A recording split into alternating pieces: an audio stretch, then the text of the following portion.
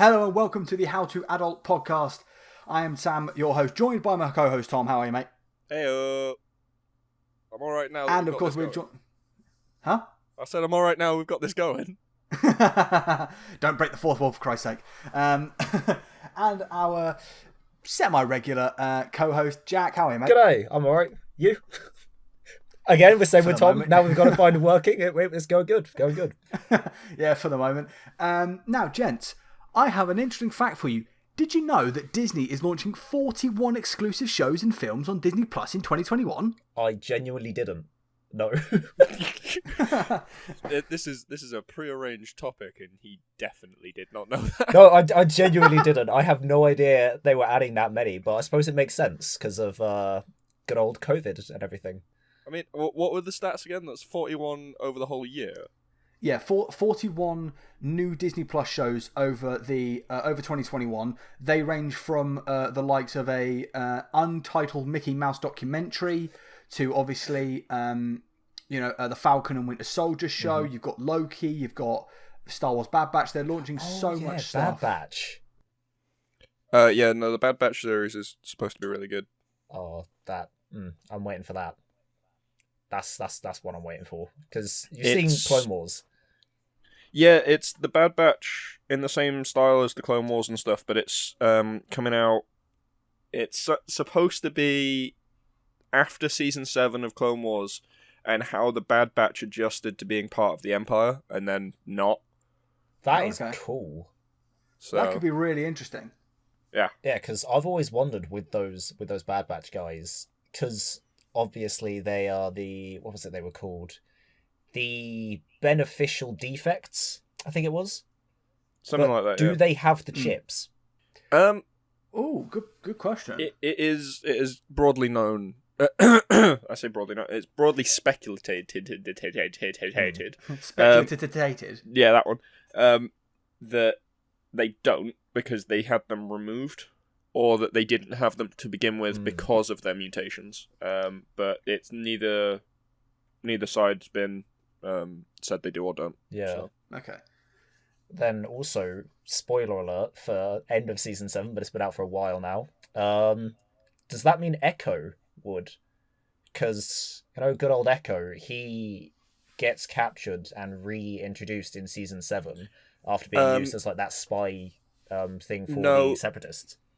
Because it was confirmed. No, it was confirmed that he doesn't because it was who was it? Someone the people that captured him basically they took the chip out because they needed to hardwire other things into him. Nice. That's part of the reason that the Separatists knew about the chip, knew about the chips in them as well. But it was so close to the end of the war that it didn't matter anymore. What you're telling me, Tom, is we might get Super Robo Echo in Bad Batch. That would be awesome. So all the like custom art that's out there that people have done of Echo. Yeah. Disney basically took all of that and was like, we can make something with this, and so they've decided to go and do that. So we can have big cyborg Echo, is what you're saying? Yes. Hells yeah. I don't know why an image just popped into my head of Echo with like in a suit that is basically just a scaled up super battle droid. I just thought the same thing. I was like, if it's just his head where the headpiece of the super battle droid's supposed to be, and then it's just the rest of the body. God. That would be pretty cool. It would look really weird, but it'd be cool. It would, but that would be amazing. The thing about all these new Disney shows, lads, is how do we think it might impact, like, looking forward? Because obviously, we've got WandaVision out, and I must say that at the time of talking, I haven't seen WandaVision yet. But I wonder how stuff like that and Loki and Winter Soldier and Falcon are going to affect like the long-term vision for the Marvel films. Because obviously, you've got, there may be key characters that are introduced in these shows that may play a big part in the films. And if you haven't seen those shows, then you're not going to know who the hell they are. Like, I often think back to something like Ant-Man. I still to this day haven't seen Ant-Man. What? Now, it's a good film. Luckily, there's not a lot that is really... There's not a lot that Ant-Man does in the Avengers films that he appears in that is kind of crucially tied into Ant-Man, apart from his interactions with Falcon. That's really it.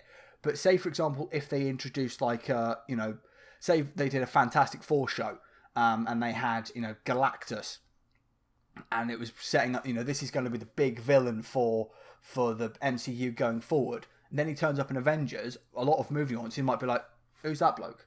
What's that?"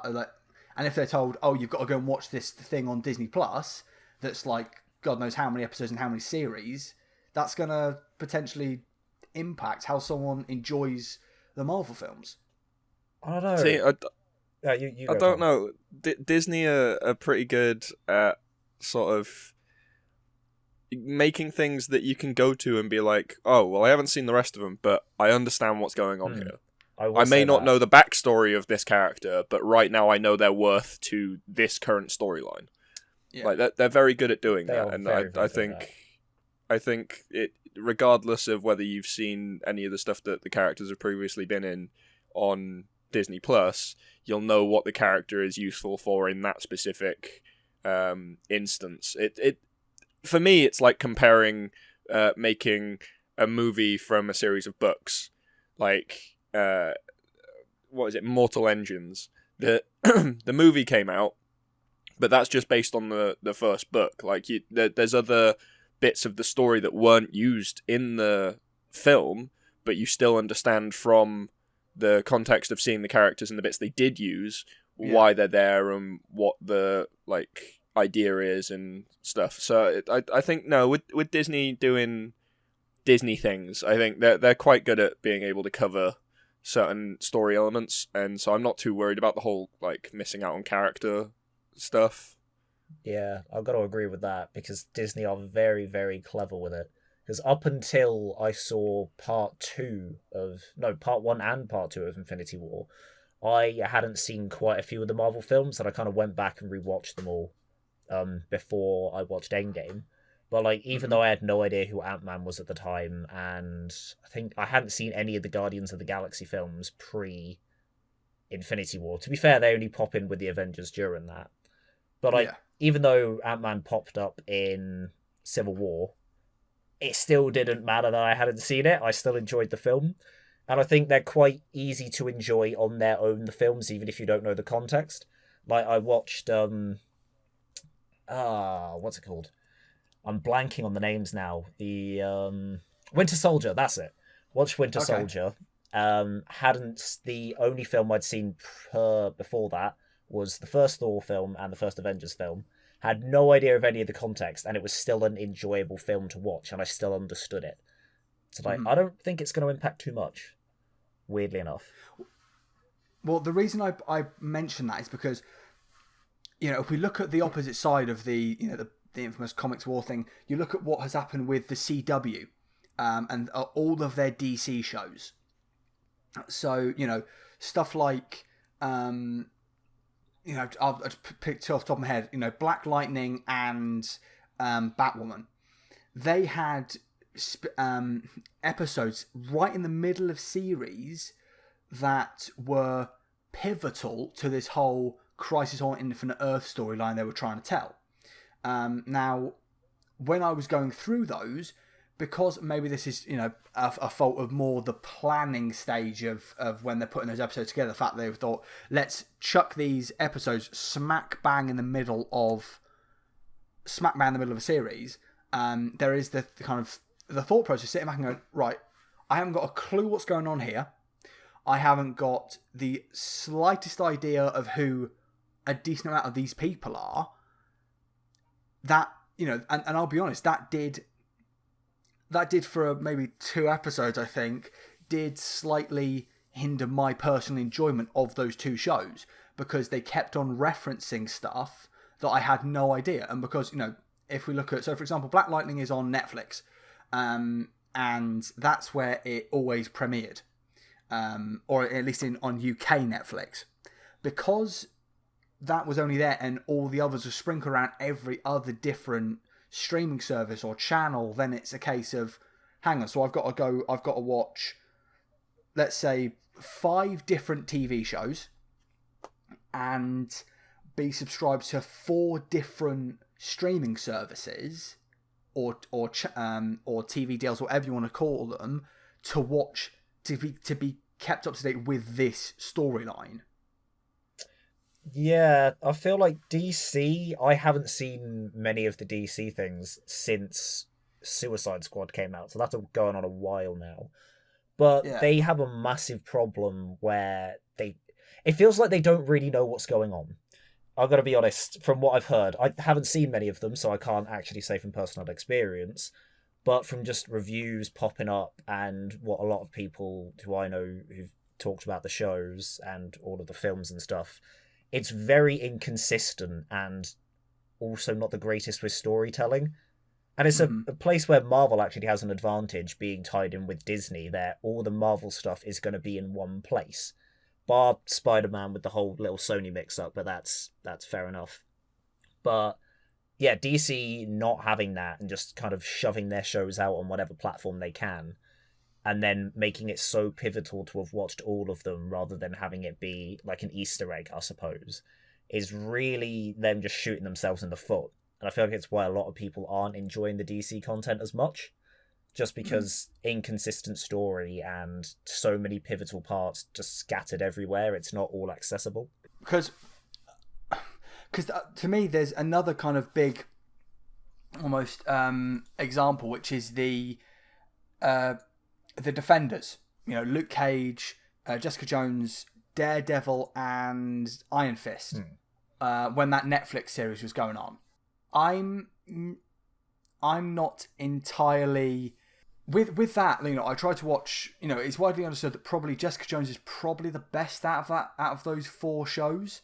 But you know, it's still a thing of, you know, going through, you know, Daredevil and Luke Cage and Iron Fist to keep up with everything, and we might see that become more of a problem because there are reports that Charlie Cox's Daredevil is going to show up in the 3rd Spider-Man film. Interesting. I think if I remember rightly, I think he's been seen true. on set. If I remember rightly, that's interesting, but hey ho. And that's where my big problem with this almost comes in. It's because, you know, I've not seen a single second of Charlie Cox's Daredevil series, but if he's going to be playing a significant role. If he's playing a significant role in the 3rd Spider-Man film, which already, you know, it seems like if the reports are true that it's going to be Tom Holland, Tobey Maguire, and Andrew Garfield, that would be amazing, and then villains, that's a very, very crowded film. Yeah. Like we saw obviously with Tobey Maguire's Spider-Man 3, and that might have problems in terms of how they balance that. But adding someone like Daredevil, who has got this entire backstory, and if they try and like play off things that happen in the show, that really might genuinely impact how I see that film. And I love the first 2 Tom Holland Spider-Man films. Oh, so Spider-Man's probably tied for my favourite superhero character in fiction. But I'm just not sure if, you know, if all these different series with... I think Marvel's probably the main example of this for me personally. Because obviously you've got the Netflix stuff, which yes did get cancelled, but as we said, you know, there may be a point where they cross over with everything, and so it's that idea of like, am I really going to go back and try and keep up to date with everything that happened in these, so I understand what happened in a film I've just gone and spent 10 to 15 quid to go see in the cinemas that for the most part is playing off stuff I already know. I think, first of all, I have to call it out just in case someone else is, or comments everywhere. You called me Luna like halfway through that, which is fine. That is my display name. Hello? You did. I will take Luna. I like the name. There's a reason it's my display name. But no, I'm just calling that out just in case anyone else does. So we spotted it. I spotted it. Yeah, you go, Tom. Yeah, with now that my mic's working. Hey. Hide the secrets. I think, Sam, with that, it's also... I'm going to loop it back to my previous point. This is Disney we're talking about. They're very good at making characters important in their own stories and then making their own stories irrelevant if they need to be for like crossovers. Like, you don't need to know who Iron Man is to be able to acknowledge him in any of the Spider-Man films. Very true. You don't have to have watched previous Iron Man films to know about it. You just know he's a big guy, got lots of money, and somehow has got this big metal suit. Yeah, he turns up. I would disagree with that. I would disagree with that because in Spider-Man Homecoming, Tony Stark plays a fairly substantial role. You know, he's trying to keep Peter Parker as this just neighborhood Spider-Man. Yes, but you know who he is already. No, but that's what I'm saying is that, like... But the reason I bring that Homecoming up is because if you look at the confrontation scene between Spider-Man and Iron Man, when, you know, Spider-Man has really, really messed up, and Tony is confronting him about it. I know, having watched the trilogy of Iron Man films and the Avengers stuff, that, you know, that Tony has dealt with his own personal demons, that he has made massive mistakes. And the one line that comes to mind is when Peter Parker says, you know, I was trying to be like you. And Tony's response is, I wanted you to be better.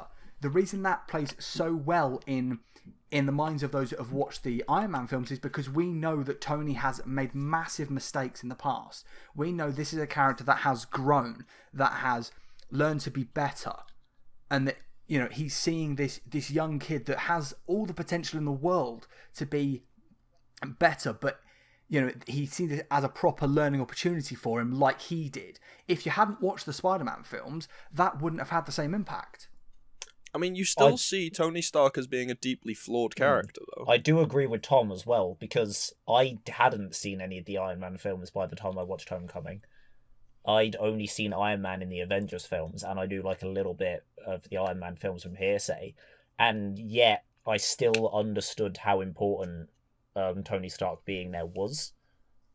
Just like, because even the film itself, it's about Spider-Man, and Iron Man, he's there, you know, Tony Stark is there to be just a bit of an addition to the film, and in a sense, just a bit of fan service. Like, obviously, he's pivotal to the whole sort of fatherly role, I suppose, he's playing with Peter, but at the same time, it does seem like he's mainly there for the fan service and then the story next to it. So you don't really need to know too much about him. Like, you understand, if you're going to watch the Spider-Man film anyway, chances are you would have at least heard about some of the Avengers films or some of the things that happen. So you'd know at least that this guy he's talking to is quite pivotal.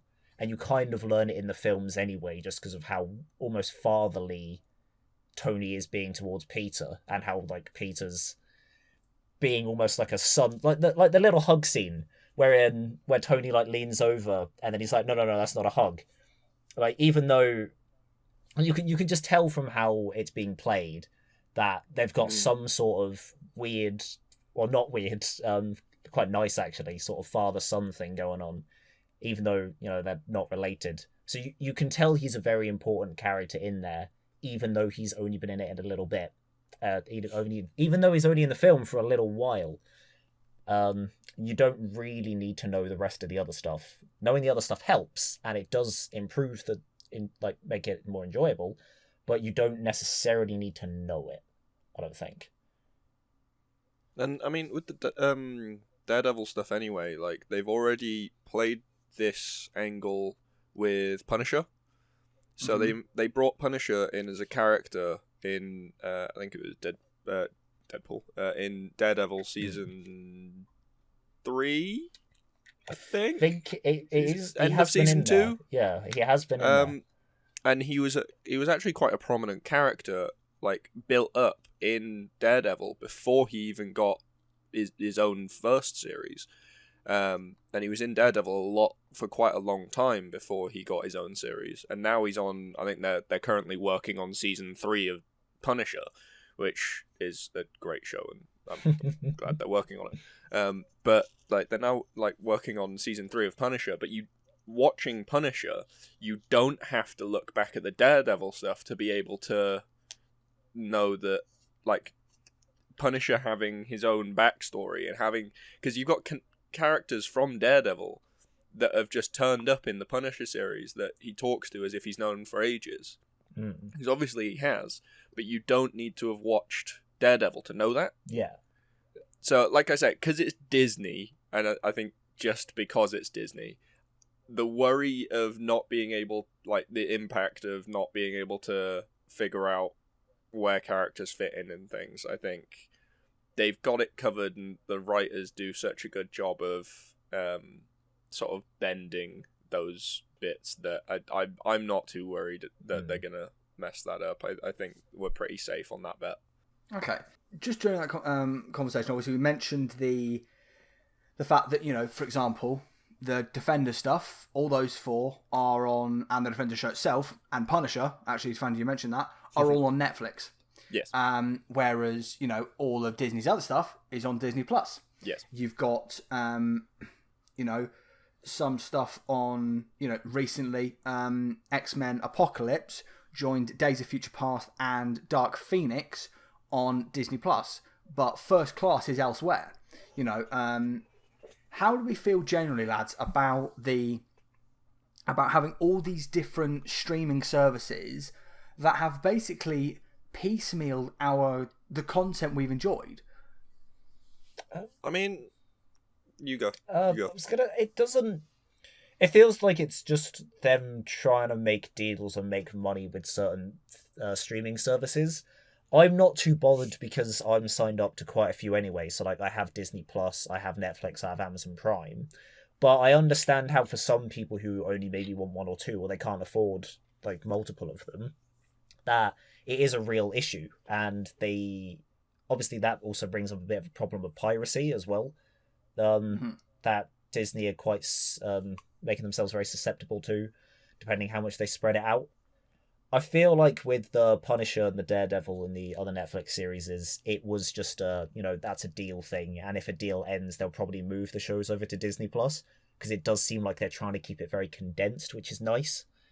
But for the moment, personally, I don't have as much of a problem with it, especially because I don't feel like I need to watch those shows to understand it. But I can understand why a lot of people would, and a lot of people would be unhappy with it being too spread out. I get what you were saying with the money thing. A lot of it, though, is because if you go back far enough in the history of Marvel, they sold off a lot of their rights, didn't they? So, like, the majority of the X-Men ones, they've had to buy back over the past few years to actually be able to make the new shows. Yeah.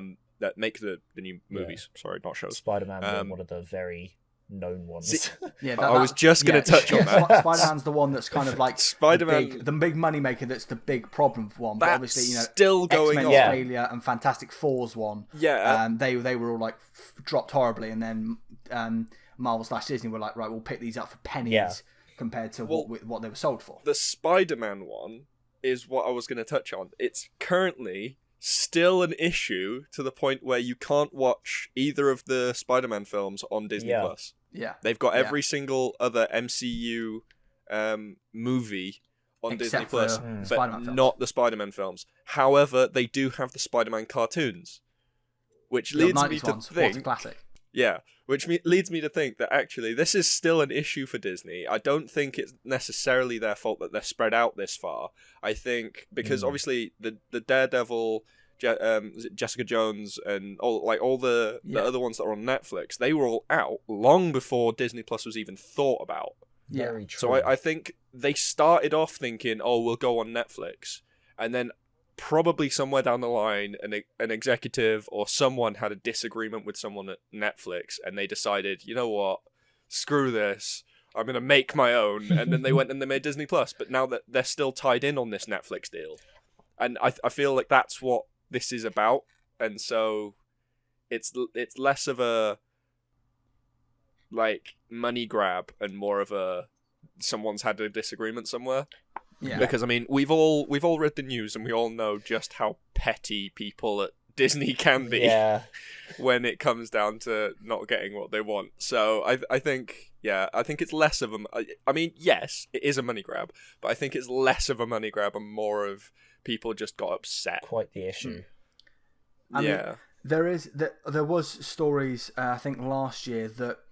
so 2019, because it's 2021 now, that Disney were considering potentially just letting, because apparently Sony were in some financial difficulties in 2019, if I remember correctly. Yes. And apparently there were rumors that Disney were, instead of paying God knows how much Sony wanted for the Spider-Man license, that Disney were just going to wait for Sony's price to plummet and then pick them up wholesale. So yeah, as you said, it's more of a pride thing between Sony and Marvel. But I want to get back onto the streaming service thing, because we mentioned it a little bit earlier. But the DC thing is probably like the standout of, ridiculous, spread all these across different things. Oh, obviously they're all made by CW. They've all featured, as we said, in Crisis on Infinite Earth. And as we said, they've got, I think Supergirl and Arrow and the Flash. Like, well, let's talk for specifically. I did want to weigh in on this earlier, but my mic decided it wasn't going to work. Go on. It was something was said earlier. I think, Jack, you said it got a bit confusing for you when you were trying to figure out what was what. Yeah, well, like I said, I hadn't really watched it. DC is all over the place. Yeah, it is. Well, just so that it helps you, it's probably not to do with criticizing anything. It's just so that you can understand it.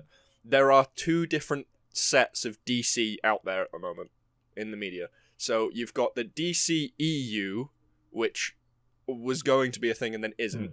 That's what the films are. So like Aquaman and Justice League, Suicide Squad, they were all supposed to be in one universe. They basically tried to be the MCU, but DC version. It failed. Quicker than Marvel. Yeah, it failed, and they actually decided, you know what, screw that, we're not doing it. So now they've got some films that are sort of half integrated with each other, but not really, and stuff. That's one thing. And then you've got all the TV shows, which are the CW stuff. That is a completely different universe. CW make the series, Warner Brothers make the movies. That's the key difference there. And so you're looking at two separate entities, essentially. They've just both come under the DC name. That's, I think, what has made a lot of people confused, because DC went to Warner Brothers and said, can we make movies, instead of asking CW to do it. I mean, it also didn't help when they cast Ezra Miller in Justice League as Flash, and they had completely two different Flashes in The Flash on the CW, and they're like, see a movie was going, hang on a minute, so which one of these guys is the guy in Justice League? Who's the guy interacting with Ben Affleck? I've got to say, until you explained it to me, I would never have known that there were the two universes, and in a sense that just makes it more confusing, because it's like, what interlinks, what doesn't, what do I need to watch to understand this other thing?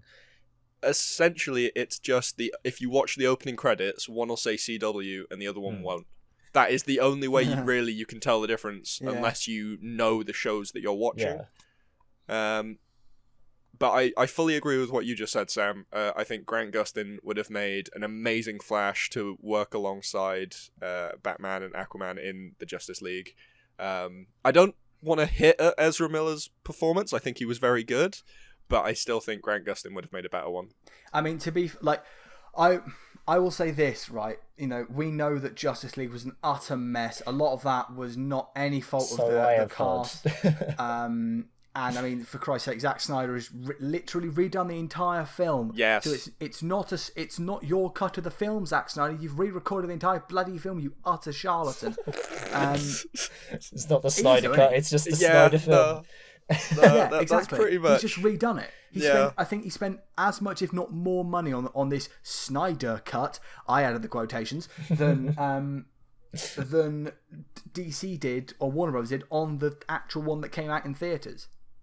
Yeah, no, that happened. That happened. They're making a second one as well. He was doing all of this, remaking the first one, while they're also still working on the second one. Like, the actors were legitimately going from one stage to another, and just going through a quick costume change where they just added a little bit more battle damage as they were walking from the first set to the second one. That's all that happened. Wasn't the Snyder cut praised for being really good or something? I'm pretty sure it's not come out yet. Has it not? No, it's coming out later this No, year, I think. what am I thinking of then? there I'm sure there are- was some there- form of Snyder cut that popped out somewhere. Yeah, no, there are reviews and stuff was a of trailer. people that are predicting Oh, that it's going to be I really see, good and a I lot see. better. But not actually, no confirmation yet. So we won't know until I'm it not comes holding out hope. No. I'm not holding out hope. Although, like, as much as everyone sort of beats down on the DC movies, the stories are terrible. The script writing is horrible, but The characters are really poor as well. I think the character choice is wrong for a lot of them. But I think when they finally chose these characters, they picked the right actors for said characters. Yeah. Apart from maybe Flash and Batman. Yeah. The rest Apart they from- got pretty right. Apart from like the main one. the main guy, like look, I think Ben Affleck's fine. I think Ben Affleck's a fine actor, but he's not Batman. I mean, what I will say is, to be fair to him, he had a very, very difficult thing to follow up Christian Bale. Like, in my opinion, the best Batman of all time. Unless you're talking about Kevin Conroy in the animated stuff, because he's incredible. I think that everybody struggled with sort of the Batman films and the what was it? Not Justice League, the other one, Suicide Squad. Yeah. Everybody struggled watching them because obviously they're comparing Joker and Batman to Dark Knight. Yeah. And it's like, but do you know enough about the universe to judge? Yeah, I'd go with that. I mean, because the history... This is going a bit off topic, but give me a second. That's the point of this podcast, mate. Yeah, I know. Shut up. Ramble away. Yeah. So the point, like, the character of Joker, there's like 7 different incarnations of him. That's why if you look at the Joker movie that came out, the Joaquin Phoenix. Yeah, that one. That is an amazing film. That film but everyone was like, I went and watched it 3 times in the cinema. God. I've not watched it yet. And while everybody me else was too. crying or horrified, there's me giggling in a corner. Yes. No, it was one of those, like, people were watching it and like, oh, this is cool and all, but if he's the Joker, why is the guy that plays Batman still a child?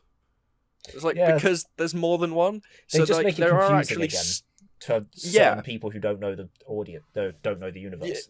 Yeah, those that haven't like read the comics, there are actually 7 different versions of the Joker, and different actors pick specifically, quite often pick different versions to portray. So like there was one that was more of an anarchist than the others. There was one that was literally more of a Joker, and it goes through the bronze, silver, and gold age of comic books, doesn't it? Yeah, because if you look at it, so there's a one storyline in the comics that I really like was that so Batman is facing off with Robin against the Joker and the Joker's team.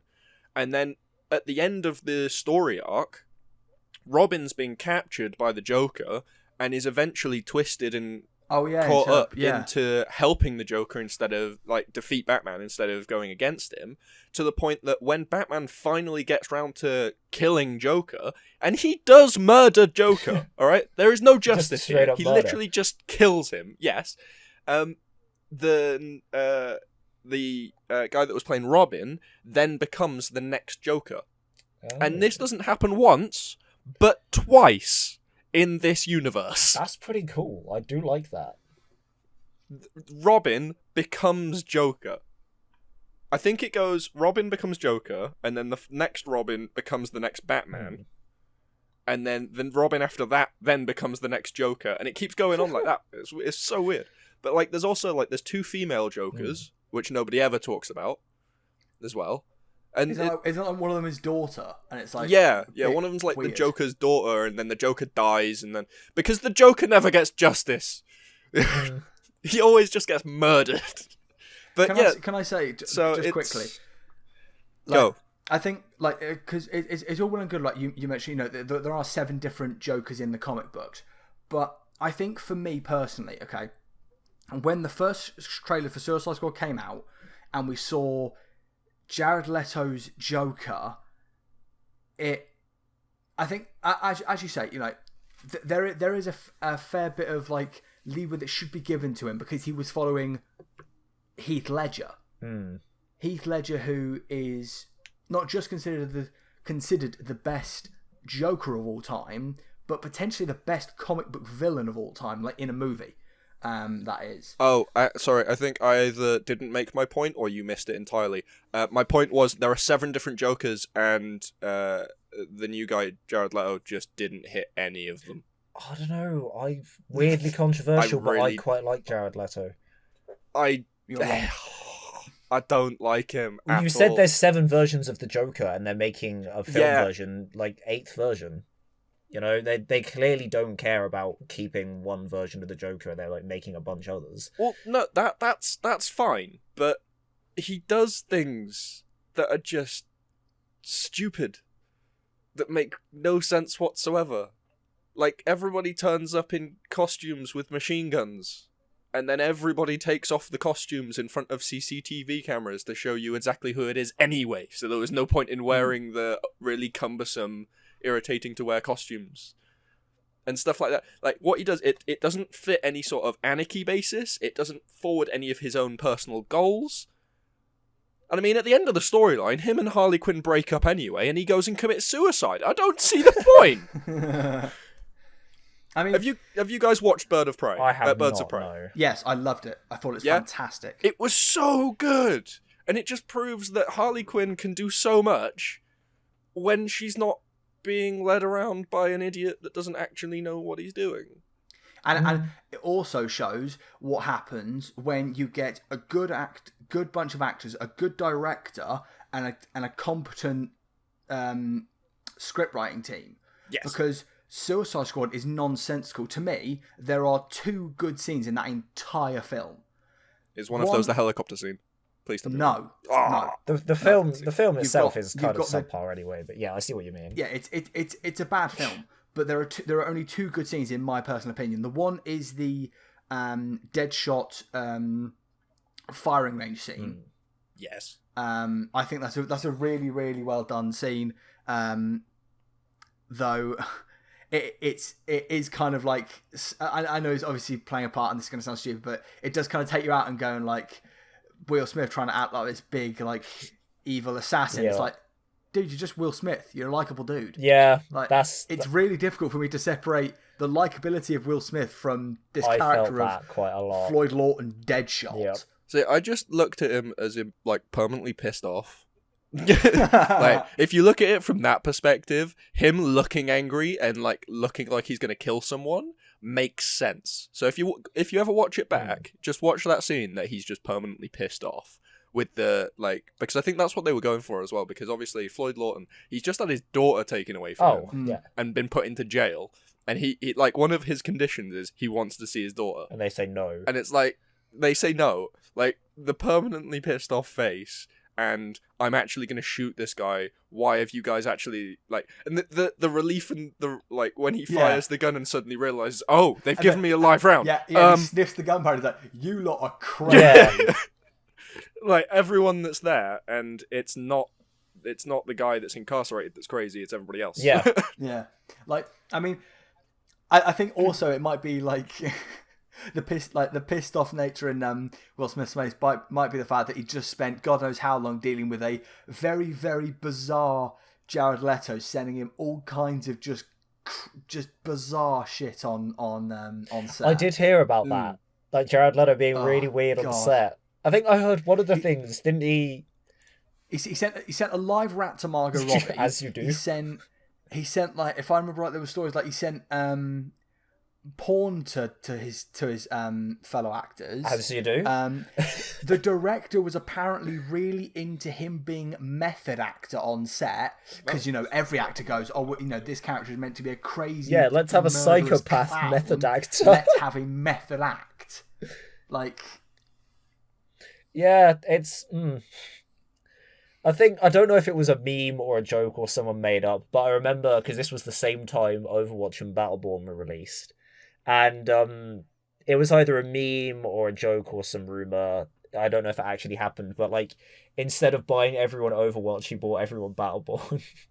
Which I like Battleborn as a game. I mean, getting off topic, but that game is so much better than Overwatch. And Can I note that my favourite thing about Suicide Squad is that the fans of it tried to get Rotten Tomatoes shut down. Oh, because they hated it. Yeah, because Rotten... And let's not forget that Rotten Tomatoes isn't reviewing anything, much like something like Metacritic. It's a review aggregator. So, and they were trying to get it shut down. Do you want to know what the best part is? Would you like to know who Rotten Tomatoes' parent company is? Warner Brothers? Correct. Oh my god. Hey! Oh, that's wonderful. That is wonderful. Like, you can't make that up, really. I mean, I don't trust Rotten Tomatoes anyway, because I almost always end up disagreeing with it. I mean, Sam, you've gone to the cinema with me, just how much of a critic I can be. Like, we'll sit there, and then we'll be going out, and it'll be like, so, Sam, what did you think? And he'll be like, yeah, I thought it was pretty good. And then he'll be like, right, what do you think? And I'll be like, I hated it. It was wrong. This bit did this, that bit did that. I don't like it. Have you ever considered a career in film reviewing? Yes, I'd probably shoot myself. Oh, man. God, just imagine Tom trying to deal with like some actors with a little bit of an ego. Go, no, I think my character should do this. He'd just shout and go, no, you're wrong. I've written like this. Go and do your job. I mean, you're already scared that I'm going into creative directing, so. Well, that's something to look forward to. The brutal reviews of Tom. Just wait for down the line. Just everything's zero. I had quite strong opinions about the sequel series for Star Wars, and Sam was like, "No, it'll be great, and then the first one came out. I was like, "No, they'll make up for it. It'll be great, it'll be great." That down, am I? And then the second one came out. He's like, "Oh no, it's fine. They'll solve it with the third one." And then the third one came out. It's like, "No, you were right. I'm sorry." No, I didn't. No, Tom. To be fair, I said you were right after the second one because I watched Last Jedi and was like, "This is awful. This is so terrible. What has Rian Johnson done?" And then the third one came out, and you know the bit that always gets me, Tom. You know this. It's the multiple hyperspace jumps within 10 seconds of each other. No, they've already established in the first one that you need to plot a course through hyperspace, otherwise you're going to crash into a star. Yep. There's hyperspace lanes for a reason. It's okay. They're potentially retconning the entire. I hope those rumors are true. I'll just say Dave Filoni, savior of the Star Wars franchise again. I'm gonna go back to a previous point. This is Disney. They don't release like press releases or anything. They just let rumors lie and then just do it. They don't actually tell anyone.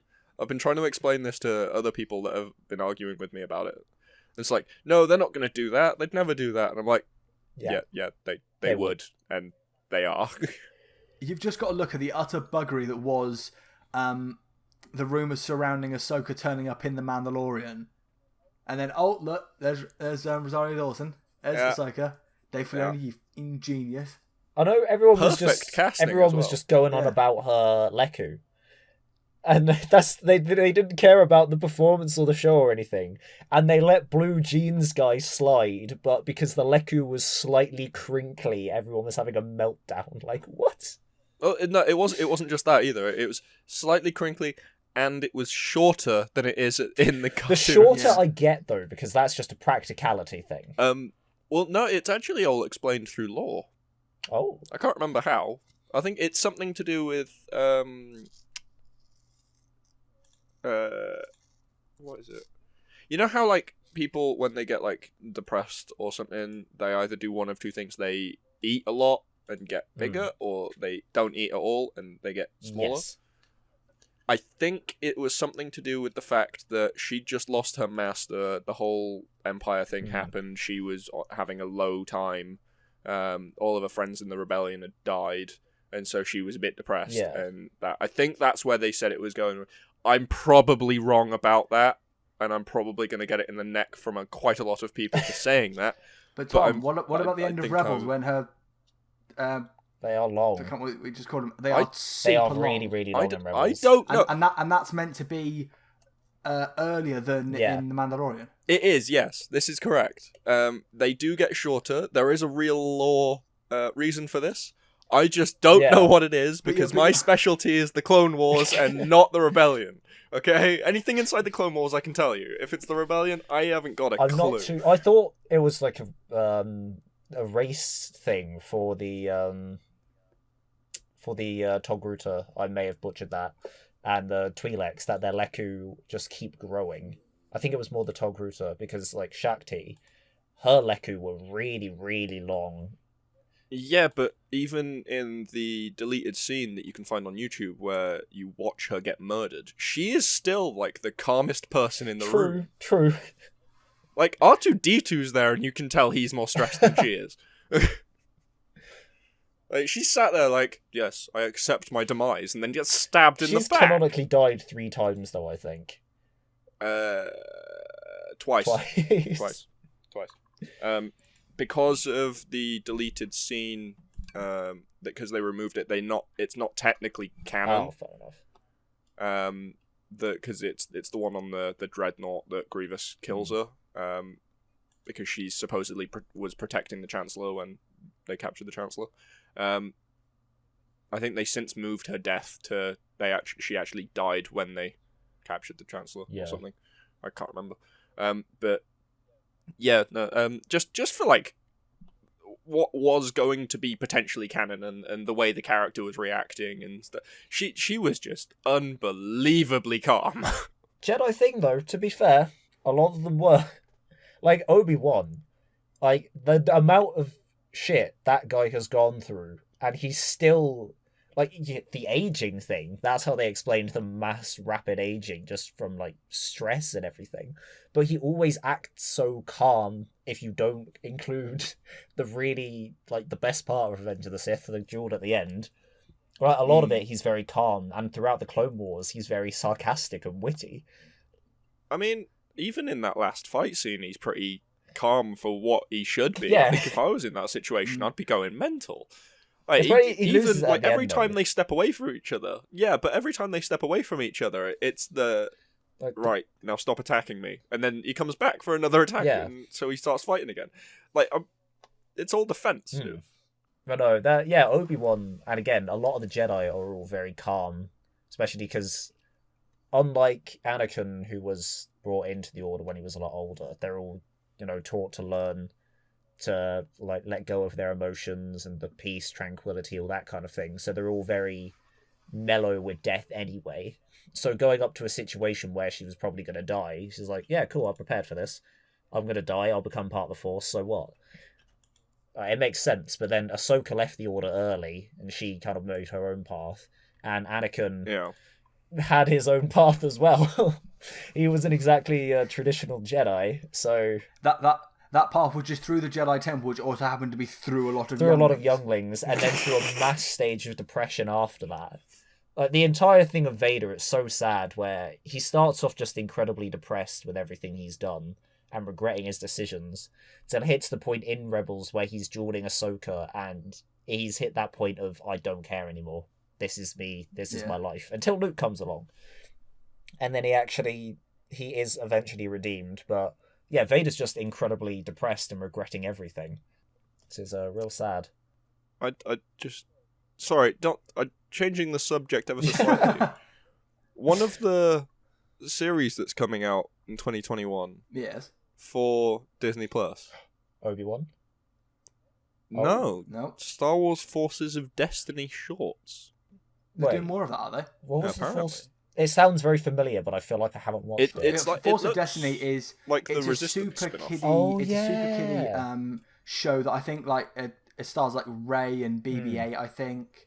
Ahsoka looks like she's there, and then there's like Padme. Yes, I know the one you're on about now. It's focuses on the female characters in Star Wars and gives them all little shorts. I remember I saw one. I think it was a little interaction between Padme and Anakin that was really adorable, but I can't remember what it was. It seems basically what they've done is they've gone, right, Clone Wars became, like, Filoni took that in a really dark direction with a lot of the episodes. Rebels, that got a bit dark towards the end. Vaguely. Resistance has got an interesting character, but it's finally a kid show. We need another proper kid show. Yeah, that is. They do need a proper kids Star Wars show. Some poor bugger raised his hand. What about another Lego Star Wars thing? No, shut up. I do like the Lego Star Wars actually. Not gonna lie, I thoroughly enjoy those. That's hilarious for me. Just scrolling through Disney Plus and like the amount of like Lego Star Wars shorts and stuff they've done. I'm like, bloody hell! It is an amazing way for kids to get into Star Wars. Give the animators a bloody raise. It's so good. All the Lego Star Wars things, and like they're made. You can tell they're made for kids, and like 100% young kids could sit down, watch it, and enjoy it. But then like they know adults are going to watch it as well because Star Wars and Lego in a sense. So there's loads of the callbacks, like in loads of the ones where Palpatine is being good, he'll like flip round and his head will turn to the Palpatine and then he gets caught out halfway through and then he goes back and it's really comical. So it's a nice throwback to anyone who knows what's actually going on. I have one problem with them though. And that's the exact same problem I have with every single Lego game, apart from the ones for the movie. And that is that the world is like normal cartoony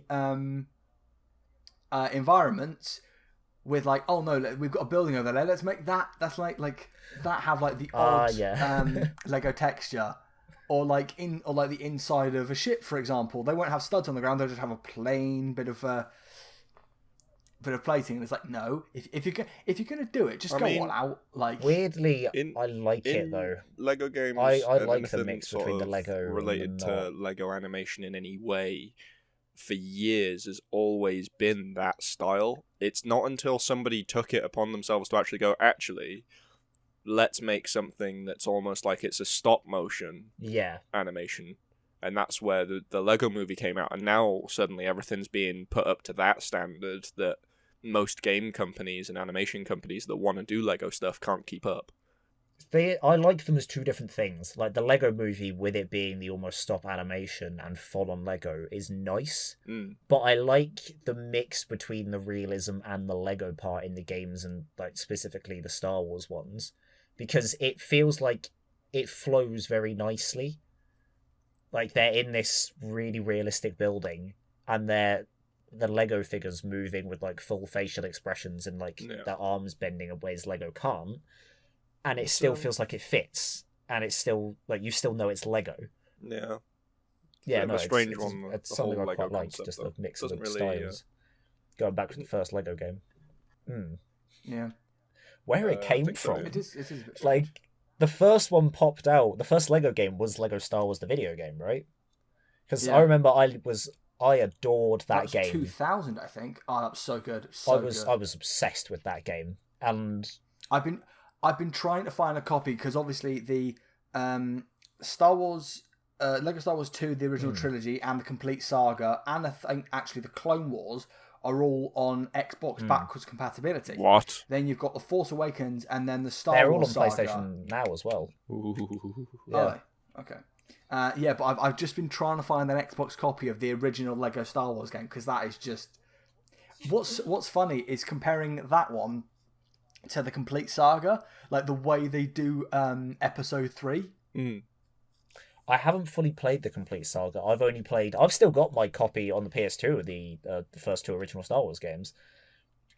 I haven't played them in ages, but I still got them. But yeah, I never played complete saga, but I did love how they did episode 3 in the first video game, where the final mission in the game, even though you can do it split screen, it was you versus, if you were playing with someone else, it was you versus them. It was so nice. They still haven't done anything like that since. Like, what? I mean, like, in the fact that they've literally gone, right, we have no idea what the character model is going to look like, or, sorry, what the character design is going to be in this episode. Let's just take the Anakin from the Battle of Geonosis and plop him into episode 3. And it sort of works. Yeah, it does a bit, but you know thinking about it, actually, I wonder with the Skywalker saga that they're bringing out this year.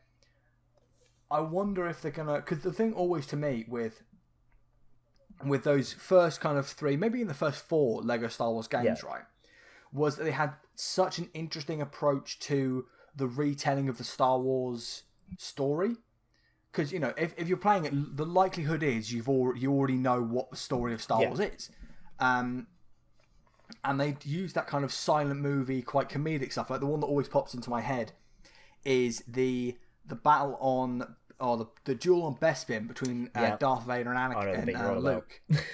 Yeah, and it's the you know, search for things you know it's true. I'm your father, and instead of that, because they obviously haven't got the voice lines, it just brings out a family portrait, and it's so good. But I think they've got rid of that for like the Force Awakens ones. I think they use like lines from the movie. They do it actually since it was after the Clone Wars game came out. It was one of the Marvel or Batman ones, I think, where they started adding voice acting. Yeah, which I like, but I also don't like. It's weird. I enjoy having it fully voice acted and playing through a voice acted game, but at the same time, I liked the original kind of comedy of it. Just trying to do it without any voice. It means they can be a lot more story focused though, and they can tell it a lot better because they can use words. And I don't know. Also, the Skywalker saga, when it comes out, are they gonna be like just doing remastered levels from the original and first video game that ever came out? Good question. Or are they just going to do? I think no. I think they did remaster Endor level for the Force Awakens game. My question is, how much are they going to delve into Clone Wars? Because obviously Clone Wars has fully expanded. Like, it's completely finished. I wonder how much they're going to do with Rebels as well. Like, are they going to really deep down inside of it? Or are they going to go like, you know, because we've had a Clone Wars game, but we've not had like a game with all the Rebels levels and all the characters. We haven't had a second Clone Wars game either. I could have felt there'd been like, 2 or 3 of those things. I think it stops at the end of season 3. Season 2, I think it was. Star Wars game. It stopped. It was the Zillo Beast was the last thing you do. Yeah, but I think this, if I remember rightly, the Zillo Beast is season 3. If it's series 3, it's very, very early on, I think. Zillo Beast is a middle episode of season 3. Ah, okay, so it's season 3. Chronologically, if you're watching them in order, because the order's messed up. The order is messed up. Seasons. If you are watching them in order, it would roughly be where the end of season 2 would be. Okay. So yeah, no, it is a weird one. So technically, you're both correct. Yeah. Like I said, I know a lot about Clone Wars era, Clone Wars. But when it comes to anything else. But I also know nothing about any of these Lego games, so I'm just sort of staying quiet in the background. I thought I could just weigh in here and be like, hell yeah, it's here. Let us have your Clone Wars knowledge. You want Clone Wars knowledge? Get me Yayan. Anyway, he's a guest for next. I taught Yayan, don't start that. I told him everything he knows. I was going to say, actually, so we mentioned the Clone Wars stuff. Obviously, you know, when that released on Disney Plus, obviously, as you say, it was, you know, released, and then that was every episode up until season 7, and they did, I think, weekly. I think it was for week. Yeah. I think it was weekly new episodes, and you know, and they've done that with Disney Plus. Have done that with the Mandalorian. They've doing that with WandaVision, all that kind of stuff. How do we feel on kind of that model, the more serialized TV, traditional way of putting out those episodes, as compared to the way Netflix do it, when Netflix or even Amazon Prime? No, Amazon Prime for The Boys, for example, did it serialized. But Netflix obviously went, right, here's everything. Here's like Better Call Saul, here's the entire season, here's such and such, here's the entire season. I wouldn't just blanket Netflix like that. There are shows on Netflix that do weekly releases. Yeah, there are that do serialized, but especially in the early times of when Netflix was really getting its popularity, that's when they go, right, here's full seasons of all these shows, brand new. How do we feel about that compared to, you know, the more serialized traditional format to the Netflix style, just mass publishing stuff? Because also it's also how it blends into, you know, the topic of, you know, how spoilers are discussed. Because that's the thing I always think about when we talk about, you know, when you have mass publishing of all these episodes, is, you know, because the great thing about something like Game of Thrones or Walking Dead was, you know, you'd be able to week speculate. You'd be able to talk about it with your mates and go, "Oh, what do you think happened? Like, in this episode, what do you think about such and such?" But with more mass publishing stuff and more mass release stuff, it's more a case of, "Oh, okay, where are you up to?" And then you've got to think all the way back to, "Oh, okay, what even happened in that episode?" So I can not spoil it for my friend. Well, I think you're always going to have a problem with spoilers and stuff, especially around a system that is streaming. If you can just stream it whenever you want, then you're always going to have you're always going to have an issue with spoilers, because no matter what time you watch it, someone else is probably going to be waiting until a time more convenient to them to watch it.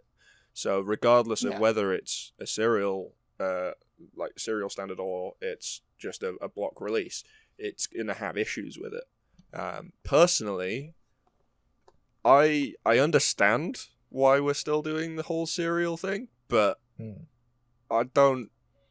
Just no. Give me everything.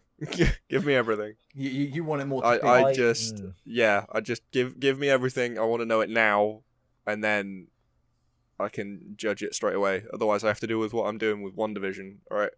Just waiting. I'm waiting for the good episodes. I hated episode 1, and I wanted to stop watching after episode 1, and it took 2 other people to go, actually, no, keep watching, for me to actually continue watching it until I got to a bit where I was like, okay, it's starting to get interesting.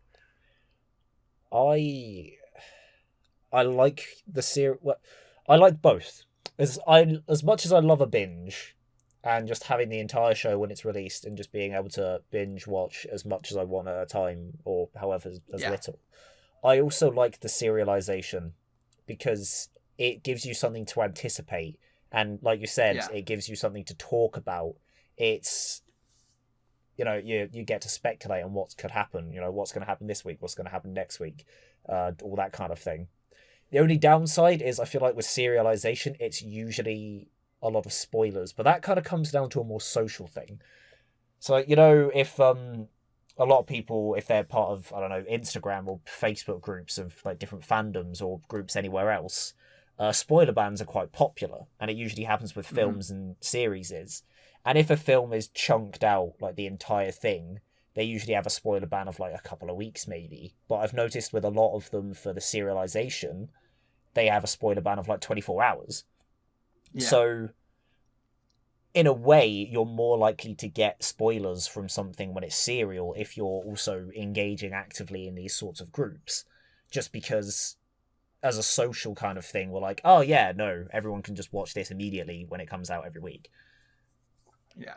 I get what you mean in terms of, you're right, it is more of a social thing in terms of the whole spoiler culture. And that being said, it's actually weird, Jack, because you and I are very much on the same wavelength. I really, really like the ability to just sit down and binge watch a whole series. I love that. I think 100%. It's just switch off any priorities you got and just sit and watch some good telly. But then there's that thing, as you say, of the anticipating, predicting what might happen. Like when we were going from episode to episode of The Mandalorian, we were all sat going, oh, I wonder if so and so, for the last episode, I wonder if Windu would turn up or something like that. And that's always an interesting part of shows. Again, we saw it with Walking Dead, we saw it with Game of Thrones. There was a lot of speculation, a lot of discussion about what the next episode of Game of Thrones could bring. Remember how much with The Walking Dead, just when that was about, how even if you hadn't watched The Walking Dead, like you roughly knew what was going on, just how big a hype it was, like who was going to die, what was going to happen, like what's with Negan, that kind of thing. And there was just so much of a buzz because it was serial rather than just. And if they'd have chucked it all out there in one go, then they wouldn't have generated that hype. So there is again, I agree with you. There's a lot of perks to it being serialized and just getting that anticipation and being able to speculate about what's happening and all that kind of thing. See, you brought up Mandalorian there, Sam. Like, for me, and it probably is just for a very small percentage of people that are like me, if there are any. But like, I was watching it, and I love the Mandalorian series. I think it's a great series, but with everything that anybody ever makes any time, anything, there's always a bad episode. Always. And when you wait an entire week to watch an episode that lets you down, and then you have to wait in a whole one more week, and basically you feel like you've waited 2 weeks for just a little bit of a push forward. When all of the rest of the episodes, both sides of this gap, have been epic and amazing and like full of all the things that you want it to be full of, and then you've got this one episode in the middle that's a bit of a letdown. I don't know which episode I'm talking about, but I don't want to ruin it for people. I completely get what you mean. That irritates me, and I think it's more to do with sort of how critical I am of things, because I am when it comes to media. But it's definitely, it's one of those that I don't want to have to wait a whole week just to find out that it's a really bad episode. I get what you mean. Then on the flip side, also, I'm watching. Well, I'm not watching now. I watched the last season of Star Trek Discovery. Okay. And as everybody is quite aware, that is being slated because it's Star Trek Discovery. But actually, this last season is probably the best season out of the 3 seasons that are up. And I personally, my personal reasons for watching it are completely different to what most people would think it was. Because you're a big Star Trek. I mean, it was mostly because I needed to know the lore. Big Star Trek nerd. Yes, this is true. I'm not even going to deny that anymore. That was but Own it. I was watching it, and yes, it was terrible. I mean, the acting was all right and stuff. It was purely down to like the script writing and the story, and like the actors made it the best they could, and the special effects are great. It's just a Netflix series, but those special effects. I mean, despite the fact that there's just a blue tint over the screen every time you're outside of a spaceship, everything else, the special effects are great, the sets are cool, and everything, but it's not a great show. But because I knew it wasn't a great show, I went in thinking it wasn't a great show. It was fine. And then you get to like the Mandalorian that's like, it's epic, it's amazing, and then they give you a stupid one in the middle, and it's sort of like, well, I've waited this long for this. Is this how the rest of the series is going to go now? I do want to know what that episode is now, the one you don't like so much. I don't feel like I should make it public. I'm trying to think which episode I thought was maybe the worst. It's in season 2. I figured it would be. Season 1 is quite sort of, it's very middle ground, very cool, very nice. And then season 2 is like epic, letdown, epic. So like, use the counts. We'll work at the episode. Do you want to know what the episode is? Hang on. Wait. Tom, I'm putting it in the chat. Tell me if I'm right. No, I just straight up said it. No, you're wrong. Oh, damn it. Is it Frog Lady episode? It's Frog Lady episode. See, that was my least favourite, but I still enjoyed it. That's a bad episode. Why? What happens to the eggs if they go into hyperspace? There's no radiation in hyperspace. Yeah, that is a bad episode. And you're completely right about that. But going from, I'm trying to remember what the episode was before that, because obviously the one that follows that is the. Oh, that is my favourite episode. You see, like it's that.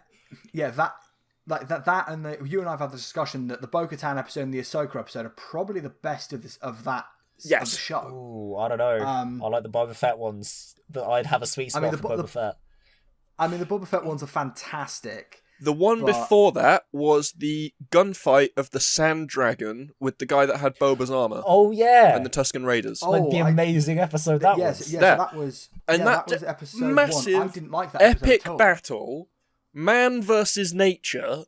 The Mandalorian, like Mando gets eaten, and then spoiler alert. Mando, just backwards spoiler alert. Backwards spoiler alert. Mando gets eaten. There's a massive battle. There are explosions. Lots of people died, but it's fun. And then what does he do? He crashes. Great. Now what? oh look, more Mandalorians turned up. Yeah, it's great. But I had to wait 2 weeks to get to that point. Yeah, I mean, I thought personally, I thought the first 2 episodes of season 2 were bad. I thought, as you say, episode 1 was probably the least bad of those 2. I liked episode I liked 1. the break as well with the fish, with Frog Lady. I think part of the thing for me, Tom, right, with season 2 is that considering the highest of highs we were on, we went to from episode 1, we went to episode 2, which was, as you say, a down. It was a lot more mellow. With spiral, pretty much. Though we've had a discussion before, I do love the appearance of Mr. Dave Filoni. Yes. Then we had the episode 3, which was the Bo-Katan episode. It was fantastic to see this character return. Then it was the Siege episode in episode 4. Then episode 5 is Ahsoka's episode. You then got episode 6, which is the return of Boba Fett. Easily my favorite episode, along with the final one. Yeah, and then you've got 7, which is the I think the Bill Burr Siege episode, which is you get some interesting character bits, and then obviously you've got the 8th episode of season 2, which is the big attack on the Imperial cruiser. I'm just looking through season 1, right, and I think the thing is because season 1 ended on such a high. I thought the end of the 8th episode, and that was fantastic. Then you get to season 1, which is episode 1 of season 2, which is all right, and then as you say, it goes downwards. I think with regard to that, you're absolutely spot on. I'm rambling a lot. I've just realised. It's all right. So are we. Yeah, I think as you say, the serialized format really does, when you've got a bad episode, it leaves a horrible sour taste in your mouth. And the fact you've got to wait and going, right, are they going to drop the ball with next week's episode, or is next week's episode going to be a fantastic return to form? And I guess that can work. That's like a double-edged sword. Because on one hand, it's like, if you've got expectations of like, I don't know whether it's going to be good or not. When you've got a fantastic episode, it can be like a real kick up and like, oh, that was amazing, they're back to form. But when it's another bad episode, then it's you start to think whether I should really be watching this. In terms of we look at the serialized kind of spoiler culture versus the kind of mass binge culture, I guess is the best way to put it. I often think that with the spoiler, as you said, Jack, you're absolutely right. It's it's part of society, almost like our societal reaction to new media. That we want to talk about it. We want to share our opinions of it, and often that does lead into spoilers. I said to Tom that the 5th episode of Mandalorian was spoiled for me. I hadn't watched it yet, but I was just scrolling through Twitter, and obviously saw the trending page, and people were talking about Ahsoka appearing in the Mandalorian. I was like, oh, that's really annoying. Yeah, because you find out just because you didn't want to find out, but you found out. Yeah. On the other hand, though, I often think that when it comes to spoilers for the kind of binge nature of a show, like I'm trying to think of a good example, but when you've got something that you've say it's come out and you're working your way through it, so it's got like 20 odd episodes. It's an American TV show, so it's got loads of episodes, and you're slowly making your way through it, and you want to talk to your mate about it, and maybe they accidentally let slip, the ending's a bit meh, so that then maybe makes you think, well, should I, if I know the ending's going to be really bad, is it really worth me watching this? Yeah, I know what you mean with that, because you find out if someone else is going, it's not that great, is it worth the watch? Like, normally, if I'm enjoying it myself, I will kind of play it. And I know that a lot of people have a lot of different opinions on things, especially with a lot of my friends. We're very opinionated on different things. But it is still kind of that, even though I know I'll make my own opinion, just because now I've seen a few people say it's not the greatest, that's potentially gonna ruin my enjoyment of it a little bit. Because any hype I would have had going into it, even if it does end up being a bad episode, like it's then just like building up that sort of disappointment as I'm going through, waiting for that episode. Sorry, were you waiting for me to talk there? I thought you muted yourself for a second. I was like, leave space for Tom. Silence. No, again, I think this is one of those topics. I'm a bit of a weird one. Even if people tell me it's bad, I'm going to go into it anyway, thinking, screw it, let's see what this is about. Yeah. You want to know. It's like the old thing of like, you hear the room is a terrible film, but you want to watch it to see just how terrible. Like, exactly. I'm one of those that doesn't really... I don't really follow other people's reviews quite like very often. I'm very much one of those that I'll go and see for myself, and then I'll try and convince other people not to watch it if it's bad. Like, I don't trust other people's reviews, but I expect people to trust mine. I think it's quite bad. But like, I feel I get where you're coming from with that. I mean, yeah. Do you guys remember when Man from U.N.C.L.E. came out? Yeah. Yes. I do not. Not something I've ever watched. The reviews for that were abysmal. Were they? Yes. If you go back and look at the reviews for that, so bad. Everyone was saying it was a bad movie. But I watched it anyway, and now it's one of my top 10. Like, what, top 10 of all time? Yeah. Jesus. Like, we've only done a top 5 list. We haven't done a top 10 list. It's in my top 10, not my top 5. I think I put it at number 7. Hang on. But yeah, it's a great movie, and like there's quite a lot of movies out there that get bad, like, and TV shows and Netflix shows and everything. They get bad reps, and actually I enjoy most of them. A lot of them are just a bit of fun, aren't they? I think it's the difference between finding what, like, I think context is quite an important one as well when it comes to that. So like, if it's something like Star Wars, that has such a massive following that if you don't take it seriously, people are gonna like actually murder you.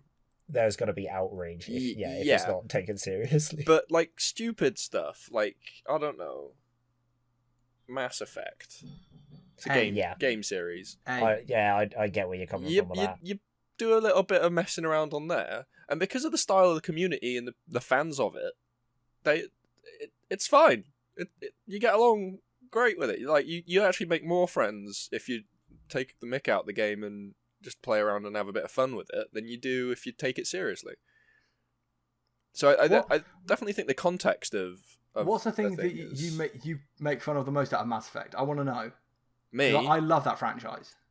Oh no! I brought it up it was the first thing that came to mind. I don't actually have anything for specifically Mass Effect. But it's just like one of those series. What is he thinking about? Because like, I think of some silly-ish stuff in Mass Effect, but nothing to probably take the piss out of. I was going to say, Tom, brought up the fourth game. There was a pretty fourth. Funny. The sheer amount of sex scenes that has just become a meme. Tom, there wasn't Andromeda. a fourth. The whole game ends after the Citadel DLC. I don't know what fourth you're talking about. That's exactly what we're on about. Even the fan refuses to acknowledge the fourth game. It was a very bad game. Don't play it. Was terrible. I was going to say, Tom, you mentioned Man from U.N.C.L.E. Yes.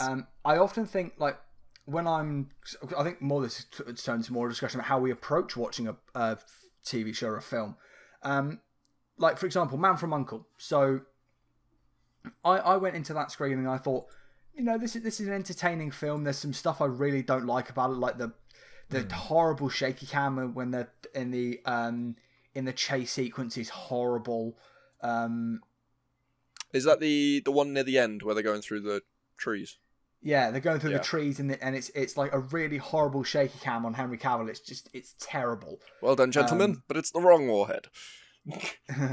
But I often think that, with certain directors, your opinion of some of their work you've seen before can really colour it. Like, for example, when I saw Man from U.N.C.L.E., I thought, this is all right. And then when, at the beginning of last year, Guy Ritchie's The Gentleman came out. And I thought, okay, this looks interesting. It's a London gang film. It's got a big cast involved. Still haven't seen it. And I was in the screening, and once it finished, I was like, that was meh. No. And I wonder if, because it was. Was that because your view of him had been built up so much by his previous films, such as like? Again, that's what I'm saying is that I don't know whether it was my thought on it's a Guy Ritchie film, like because I'd seen a couple of the other guys working. I'm like, yeah, he's got a bit of a rocky track record. Like it's this. I wonder if it's like my constant skepticism about his work, or if it was just me going, yeah, that was fine. You know, there's some bits about it that's pretty crap, and you know, it's that almost view of people that you kind of go, what was that like? Because I guess another one to go from it is something like I was going to say Michael Bay and use them in a Transformers film and painting all of the explosions. Move on quickly. We don't talk about Michael Bay. Yeah. I mean, I would say this may sound controversial. Michael Bay's a good director. That is silence. I was just waiting that silent pause. I'd like to point out, I'm joking, but that's a nice professional segue. Gentlemen, what would you say are your most controversial opinions on film and TV? Other than the Jared Leto one earlier. Who wants to go first? Where do I begin? That seems like a very deep We topic. already know you think Rotten Tomatoes is bogus. Yeah. That's because it is. I don't actually really know much about Rotten Tomatoes. Rotten Tomatoes is so bogus. Like, every time I go on there, I'm like, this is a really good film. It's been made really well. And I go on Rotten Tomatoes, I'm like, why has it only got 37%? What is this? I usually like the difference between the reviewer and the actual audience. Yeah. Like, the reviewer and the audience versions, and the reviewer's really, really low, and then the audience is, like, really high. But like we've established, I don't trust that either. A lot of the time, the audience are incorrect. Yeah, people are idiots. As a whole, people are idiots. Then again, if the audience, like so many people have actually enjoyed it, is it a bad film? Because loads of people... we'll go back to the controversial in a second. No, I think what you're saying there, it's the difference between is it a good film or is it an entertaining film? Because if it's entertaining, it's still good, though. No, it's different. That's very different. If you've enjoyed it, though... You've enjoy something, that doesn't make it good. If it's been entertaining, though, it makes it like a good in the fact that you enjoyed it. It was good enough for you to be entertained by it. Did you enjoy the Transformers movies? I haven't seen them.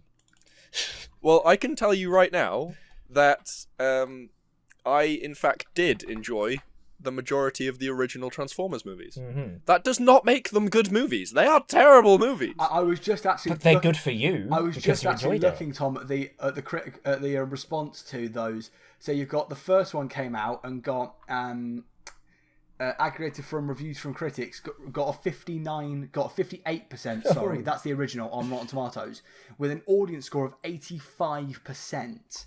Yeah, there we go. Now, this is why Rotten Tomatoes is bogus. Tom, how about this then? Does anyone want to take a guess what the critic and audience scores for Revenge of the Fallen were? Revenge of the Fallen being maybe the second worst. One, isn't it? Review critic, I'm going to go like 20-25%, and the audience, I'm going to go like 95. Tom? Yeah, I'm with Jack on that. So you were incredibly close with the critic score. 20% it's got from critics there. It's in the bracket. Yeah, with a 57% audience score. I mean, that's still over half good. Like, that's still way too high. If someone has enjoyed it though, then it, like The Room. I haven't seen The Room, but I've heard many things and I've seen the memes, and it's just a horrifically bad film. But people enjoy watching it because it's so bad. But because so many people are enjoying watching it, then theoretically it is good. It's entertained you well. Like, I wouldn't watch something that I enjoyed a lot and then go out, like, I've had an amazing time watching it and then leave the film or leave the show or whatever and go, yeah, I hated that, I'm going to write a bad review. I can give you a list. I can give you a list like longer than your arm, because your arm's longer than mine. Of movies that are just, they're entertaining, but they're just bad films. Yeah, a film can be you've still been entertained though. Yeah, a film can be entertaining but crap. Yes. But- It still makes it good because No. you've been No, entertained. it doesn't. No. It doesn't. I don't know, I feel like this is my own controversial opinion. Why right is now. the Yeah, I actor guess so, disagreeing I guess so. with the producers? Because if you've managed to, Hey, maybe Tom, this I'm is an somewhere actual in thing. between. Because Shut up. I suppose in my mind it is, if you've managed to entertain the audience, they've still enjoyed their time. They've been entertained. They've enjoyed the time they've spent or the money they've spent on it.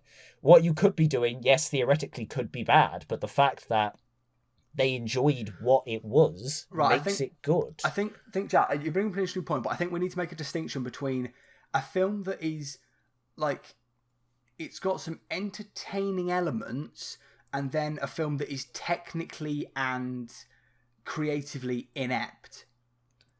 I'm gonna be honest, Sam. Probably one of the best movies you could bring up right now would be Suicide Squad. Yeah. Well, Tom, I was going to bring up something different. I was going to bring Okay. up Green Lantern because I've got this in I front. haven't okay. seen Green Lantern, but Okay. I've heard It so is- many things. Come on, then. It's technically an inept film. It's just the green screen, the CGI is so terrible. But it's not entertaining, so I don't understand your point. No, well, I was going to say like Even Ryan Reynolds regrets filming it. He does. I know. Like, he shoots him. That spoilers. No, shoots but himself in the back I of the was head gonna- in no, Deadpool but 2. What I was saying was that so Green Lantern, I would say, is a technically inept film. Like I was going to do another one of our guess the scores again for Green Lantern. In fact, let's do it now. Guess the critic score and the audience score, lads, for Green Lantern, the Ryan Reynolds film. Audience score probably between 20 and 40. Okay. I'll put the critic higher. I'll put the critic at like a 60, 70 maybe. And like the audience, yeah, where you said, Tom, about Really? 20-ish. It's 60% for Green Lantern. You think that's how high it is? For critic, because often it just feels like it would be flipped. Because sometimes the critic score is way higher than the audience score. Tom? Yeah. We've given you our answers. Tell us the Yeah. truth. Tell us the truth, damn it. Just confirming. Audience score, 45%. Okay, Critic score, that's bad. 26%. Oh, Jeez. yeah, no, that was one of the ones the No, critics, I suppose, were more sensible. My point is that, yes, absolutely. That's what I'm trying to say is that Green Lantern is a technically inept film. There's so much about it that's so terrible. And that's why, like, I'll use Justice League as an example. There's so many shots in that where Steppenwolf, whatever the enemy's name is, there's so many where you can see the the rough textures on his CGI model. But something like, I'll use the original Transformers as an example. You know, I think that's a reasonably entertaining film. It's a bad film, but it's entertaining. In terms of, you know, the the special big effects and the big, digital the action. rendering and everything like that is all done very, very, very well. Yeah. The issue is that it's just right. You say you haven't seen them, Jack. Haven't seen them, no. You haven't seen it, right? I can give you the rundown of all. Is it 5 movies now? 6 There's movies? more than that. It's like 7. All 7 Oh, damn. movies. I can literally tell you the story of all 7 movies with one word. Oh. And that word is explosion. Yeah, that's pretty much what I've heard about those films. Just Yeah. explosions. That's all it is. It's just explosion after explosion after explosion. I don't know, I get what you mean though with if creatively it could be like the biggest pile of shit that's ever been known to man. Yes. But if a bunch of people, and like I'm talking like a significant amount, or even on a personal level, if you've gone into that pile of shit and you've enjoyed and been entertained by that pile of shit, and you were happy that you watched said pile of shit, then to you it is a good thing. Like, it could be objectively bad in every other regard, but because you personally or like a group have enjoyed it, then to you it is a good thing. Even if you know it's bad, you've still enjoyed it. Do you know what a guilty pleasure is? It's exactly that, yeah. The thing I'd say to that though, Jack, is that, you know, anything, it's the old adage of, you know, playing a crap game with friends, is any game is entertaining with mates. You know, because it's the whole experience of a shared experience. But when I go into, again, I'll use the examples of something we talked about a lot today, Star Wars. Ah, yes. I went into Rise of Skywalker going with the mindset of, okay, so it's back with, the crew mainly from the first one. Rian Johnson really ballsed it up, so let's see how they'll recover. Yeah, pretty much. Opening 10 minutes, I hate this thing. I hate it. Get me out of here. I think it's very much about, like many things, it's the way the film or a piece of media begins. If it starts in a way that really sets you off in a bad way, then you're not going to enjoy it, even if it's got some entertaining moments. For example, the opening segment of again, it's on my mind, Transformers. The opening moments of Transformers are, in fact, I'd say like 50% of that movie is just dull. It's terrible. It's badly acted and all that kind of thing. And then, as I said, like when the Autobots come down, when the Decepticons come down, and they all start brawling. It's schlock popcorn fodder film, and it can be reasonably entertaining. But then, if only part of it's entertaining for you, then it goes into being like, was it actually that great? Because you said a lot of that film was boring. Yeah, but half. And there was only half of the film's boring, half of it's entertaining. To me, that says you still haven't enjoyed your time there, because you said half of it's boring. So I do need to correct myself quickly, by the way. I've just checked on how many. I said there were around 7 Transformers films. I checked. There are 6, and that includes Bumblebee. There are 5 that were directed by Michael Bay to this point, and then Bumblebee is the 6th. My apologies for the incorrection. Yeah, Bumblebee doesn't have a voice, does he? He does in the movie. Oh. It's the movie thing, isn't it? The movie explains how... No, he's actually talking at the beginning. Oh. I watched it. It's such a bad movie. It contradicts everything that's been set up in the other 5 movies. Though, is there anything that's been set up there? Because, Michael Bay doesn't do storytelling. He just goes, explosion. Yeah, but the micro bit of... Michael Bay is Mr. Talk. The micro bit of, setup he did for the lore of the Transformers was completely wiped by Bumblebee, the movie. He talks at the beginning, and then he gets... Spoiler alert again, for those that actually want to watch it. For some unknown reason. A 3-year-old movie. Yeah. No, he then gets his voice box ripped out, and then has to train himself over the course of the rest of the movie to use his radio. And then right at the end decides, you know what, he's not going to be a Beetle anymore. But he waited until the end of the movie to change into the Corolla and then drive off. I did like that.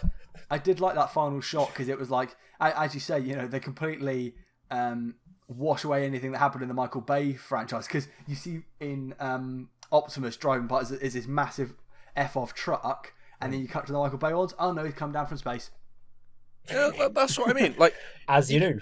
Yeah. The beginning was the perfect setup. You go, and we'll catch up. And if they just left it at that, it'd been fine. But then right at the end of the movie, oh look, there's Optimus Prime. 30 years before he's supposed to have landed. Yeah. There he is. He's just here now. Anyway, I was going to say, so that was basically along with explanation of... so Jack, your controversial opinion was you think that a crap movie can be entertaining. No, it's it could be...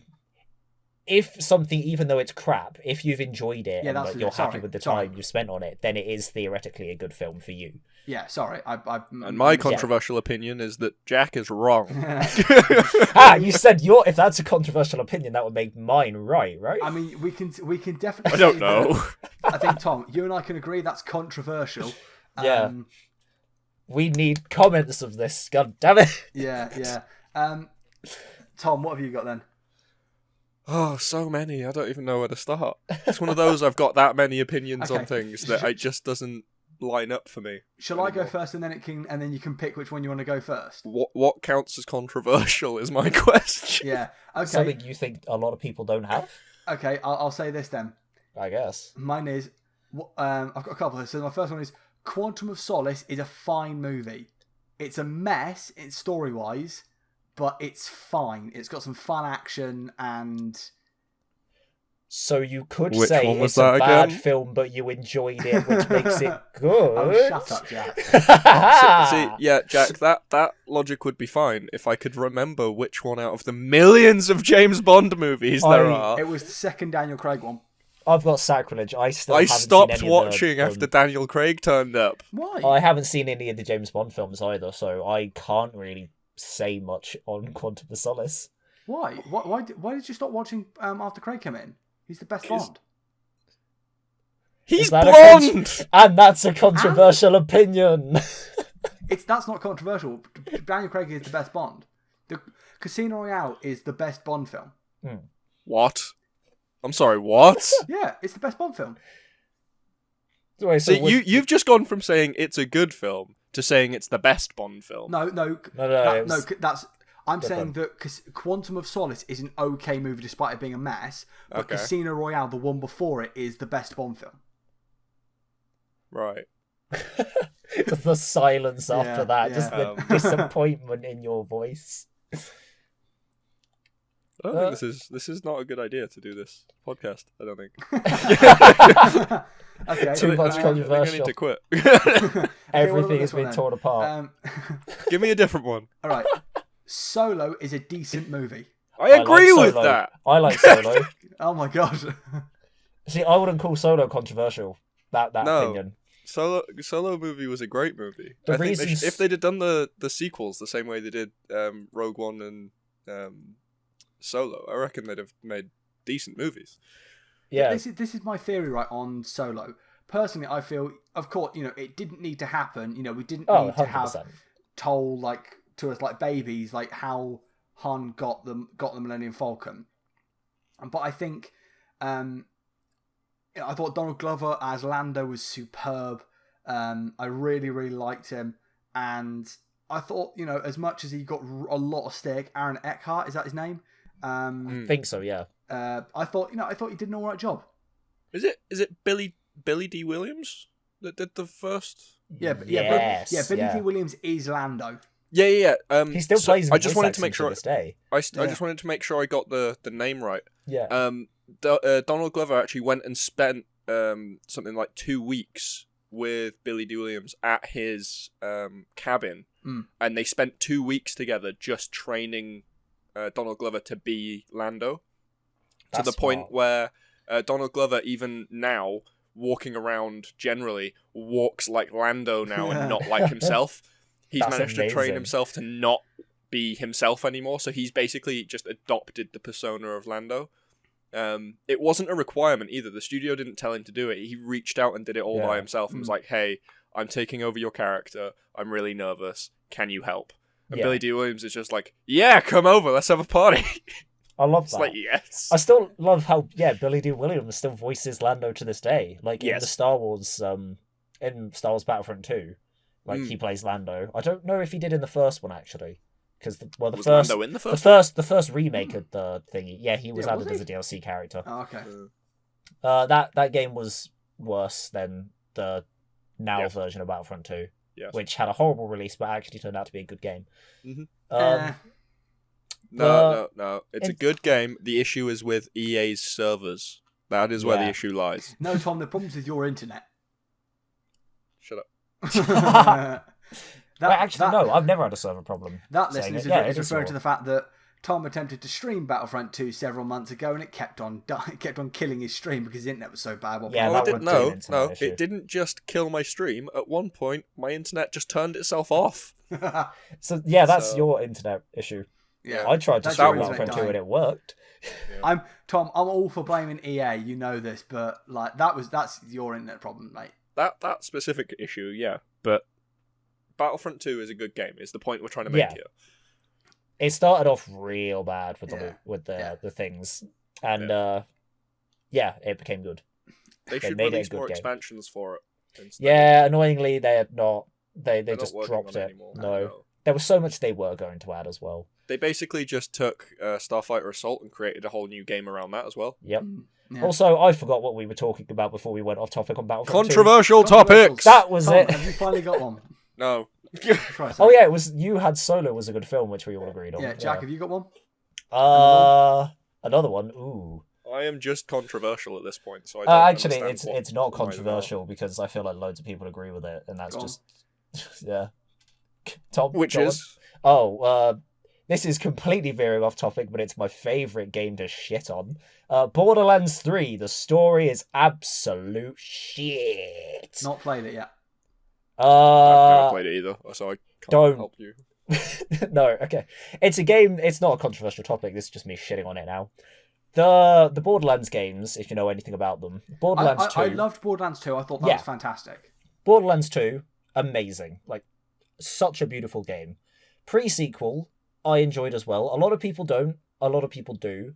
I genuinely feel a lot of the reason for the hate against pre-sequel is the humour in it, being because it was very Australian, the humour, and... So very racist, then. No, I was gonna go more...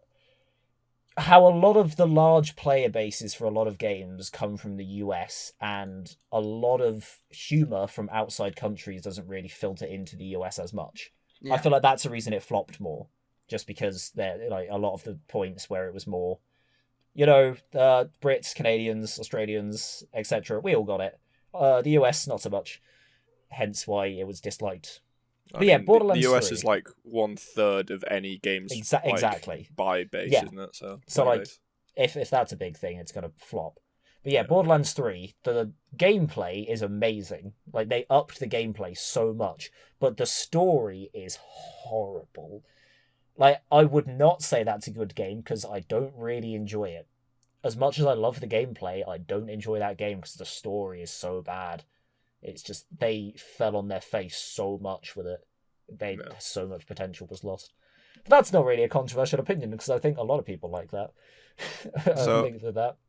I've got 3. Okay. One of them is a game, and one of the other ones may not be controversial, so I'll start with that one. Okay. Aquaman is a good film. Not seeing it looks like arse. I've heard it's not bad, but that might just be because Aquaman bias. is probably one of the best films that they ever made, like Warner Brothers DC. It is just, in my opinion, I love it. I've watched it several times. The underwater aqua effects are brilliant. There are a few plot holes, but yeah, no, there's a second one coming out, and I'm excited for the second one to come out. Because apparently it's going to be darker and potentially R-rated, so it's going to be interesting. The game one is Bungie should have stopped making games after Halo Reach, and should not have sold the Halo series. Halo is a thing I've heard. Never played Halo because I've never really only played it multiplayer around friends' houses way back, like primary school. I've got to say, mate, that's not controversial at all. Because I personally think it's spot on. I think a lot of people do agree, don't they? With I personally, I know a lot of people that really love Destiny. I can't stand it. I think it's terrible. Oh, Destiny is horrible. So they did good storytelling. Okay, I'll give them that. I played the first Did one. they? For the first game, yes. The second game, not so much. The second game was Tom, awful. Tom, all of its The first storytelling was in web pages you had to go and externally look at. It wasn't in the game. Destiny 2 is horrible. You could I didn't play the second story one. of that game in a couple of hours. Yeah, I didn't play the second one. I played the first one, and I played the story through once, and then after that I found out it was just grinding to get higher levels, and I just couldn't be bothered, so I deleted it. Oh, but welcome to the that Avengers was game. that was my basis of, like, I liked the storytelling, but after the story was done, that was it. I was done. Horrible. And so yeah, I didn't like that, and I fully disagree with anything that Bungie did after that, because they sold Halo to 343, which, yes, was a company born out of Halo, but if it's a company run by fans, how the hell did they get it so wrong with all of the new Halo games? Yeah. Listening too much to opinion. As we touched on earlier, they changed the class of ship Oh yeah, the Master Chief was on between Halo 3 and Halo 4. He was in cryostasis. There was no one around. He was drifting through space. How the hell does the class of ship change? Tom, that's not the worst part. The worst part... Armor? No. Oh dear. And there are a lot of things that 343 have done wrong with the Halo since getting Halo. I mean, the ridiculousness in trying to make it like Call of Duty and giving your own creative class to it. And the whole point of Halo multiplayer is eventually everyone's on a level playing field and it's all about skill. It's just picking up different guns, isn't it? Yeah. And the story's been completely nonsensical. But the bit that's really, really, really, really, really stupid, and you say they're fans, yeah? Apparently, this is what is claimed because it's a company. Apparently. Well, no, 343 is the company name. That is a name born from Guilty Spark 343, which is a character within the Halo franchise. It was built by people claiming to be fans of the series. Oh. Yeah. Oh. And then they bought it out from Bungie because Bungie said they weren't going to make any more Halo games, which was a good decision. You see, Tom, we haven't got to the worst part yet, though. Did you hear what they did about Halo 5? No. In the fact that they were really, really bemused by the fact that everyone was really irritated that you don't play as Master Chief that much, because 343 Industries apparently didn't know that Master Chief was the main character in Halo. I've never played a Halo game beyond like split screen around my friend's house in primary school, and even I know Master Chief is the main character of Halo. Yeah. Like, I am a PlayStation fanboy loyalist, and I know. Like, what? How did they not know that? Because people are idiots. Would you like to know my third controversial topic? I would before love to know we it. fall down this thing? And I know that I know at least Sam's going to rip into me on this one, and I'm not going to have answers for his questions because I don't actually know why this is my opinion, but it is my opinion, and I'm very, very sat in this. Cool. I did not like Black Panther, the movie. I haven't watched it, but what's your reasoning? Oh. I don't know. I just didn't like it. It didn't sit right. There's something... You know when you go into a situation and you're like, something's wrong here. I don't know what it is, but something is wrong here. I do know what you mean. It's weird. I enjoyed the film. Like, the first time I watched it, I enjoyed the film and I really loved it. But then, when back at the start of the first lockdown, I was like, I'm going to do a Marvel film binge and watch all of them. And I got stuck with... I thought I was going to get stuck on Captain Marvel because I did not like that film. Whoa. That's controversial in itself. We'll go to that in a second. Hold on. All right, breathe, Sam. Breathe. But yeah, then when I hit Black Panther, I was like, I thought I enjoyed this film and loved it, but I can't bring myself to watch it again. And eventually I did, and I still enjoyed it when I watched it. But at the same time, it feels like something's wrong there. Yes. And I don't know what it is. I mean, I'm a massive Andy Serkis fan, so the fact that they killed off Andy Serkis in that film just upset me. But I think... I don't know. I think I feel like it's almost like, you know, like Dolores Umbridge in Harry Potter. Everybody hates her, and the character in the movies, everybody hates her. But that's good, because you're supposed to. Yes. And the actress played that character so well that she put across the point that you shouldn't like her. Yeah, you have to hate her. Yeah. I don't know whether that's what Michael B. Jordan was trying to do. Or so whether it just happened that way. You're not sure if Michael B. Jordan's portrayal of the I mean, that's part of it, yeah. Of the main villain is, and your dislike of it is because you meant to, if it's actually good acting by Michael B. Jordan. Yeah, because he's good in a lot. He's so good in a lot of other stuff. It's just whether he can play this. It very honestly felt like character. He wasn't trying. It honestly felt like he wasn't trying. Like he turned up, he played himself. He shot up the place, and then he played himself a bit more, and then like he was. I think it's another one of those inconsistent character. Yeah, and when I was talking about Joker earlier, the Jared Leto Joker, and how he just doesn't make any smart decisions, this guy didn't make any smart decisions. He was given so many ways to get out. He was given so many chances to talk. He was given so many chances to like, you can come on, you can be part of our family. Just come and rejoin. We'll all have fun. And he's he like, turns yeah, up, he's like, no, I want to be king.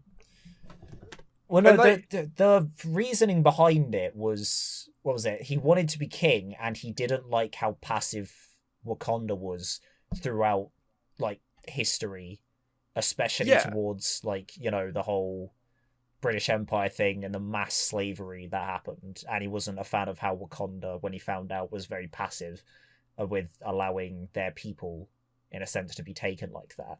And that's why he wanted to be king. His motivations were like right. That. Yeah, I like that. It's everything the else was very inconsistent. Yeah, like the it just like didn't the feel right. The Black Panther as a character is great, but the film was terrible. Oh, see, in Civil War, I loved Black Panther. He was next to Spider-Man. He was my favorite character by far. I was like, I love this guy so much. Can I also point out that when Chadwick Boseman signed up to play Black Panther right at the very beginning, he knew about his cancer. Yeah, he told Disney about it and Marvel.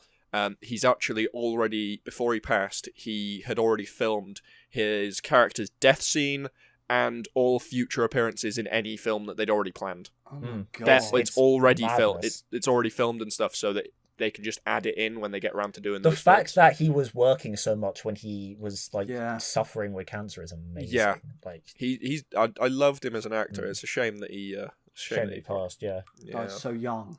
No, the museum scene. Sorry, rightfully got off track because he was an amazing actor. But it's the museum scene that gets it for me first of all. Like the guy goes in. I forgot what his character name is. I'm just blanking on it. Andy Serkis's character. No. Michael's. Oh. The main villain. Yeah. What's his name? I can't remember. Oh. Well, so yeah, Michael's character goes in. Yeah. To the museum, and he's having a nice conversation with you could put it as like a classic villain thing, but he's just having a really nice, pleasant conversation with the clerk, and then he like reveals his knowledge on it's actually Wakandan, that kind of thing, and it still feels like he's being nice. Like the clerk is just being a bit more stuck up, being like, oh, this guy actually knows more than me, that kind of thing. But then out of nowhere, after having the very nice conversation, he's just like, yeah, no, let's kill her. Brings in all these other guys, and then it just feels like from how nice he's being, it makes no sense that the character then goes from that nice to then kill. It feels like it would have made more sense to, I don't know, just incapacitate and steal. But he's like, yeah, no, let's just kill everyone in here because why not? For the record, Michael Jordan's character in Black Panther was called Killmonger. That was it, yeah, Killmonger. But it felt very inconsistent with that. And like other places as well, when he was in the throne room. And a lot of the stupid choices where it was like, yeah, let's aggression thing. Let's fight because fight. Let's fight because I want to be king and I'd rather use the brute force rather than kind of talk it out with the people I actually quite like and want to rejoin with. I think. And also, he was taking it out. If you look at the story as well, he was taking out all of his aggression on like the royal family. Yeah. But it was aggression that was built up because his dad made a mistake. Yeah. And his dad committed crimes. Yeah. I mean, admittedly, they shouldn't have left him behind, but still, like 100% they shouldn't have just abandoned his the kid here. Decision making just seemed like it was compromised, and he was just doing everything he could to cause chaos as opposed to actually solve his problems. The thing is, then again, like other than that, the film, I do greatly enjoy it, but can't bring myself to watch it. Again, because Chadwick and like the rest of the other cast, amazing characters. Like Shuri, I love Shuri. Like she's a great character as well. Just like far too meme orientated for me. Yeah, I feel that, but at the same time, this may be going really wrong, and that I've horribly misunderstood this. But I'm pretty sure Shuri's supposed to be a lot younger of a character than the rest of the cast. Like she's sort of like Peter Parker levels. Like she's a younger. Not quite Peter Parker, but yes, considerably younger. Yeah, like younger to that degree, so she's very more like that kind of thing.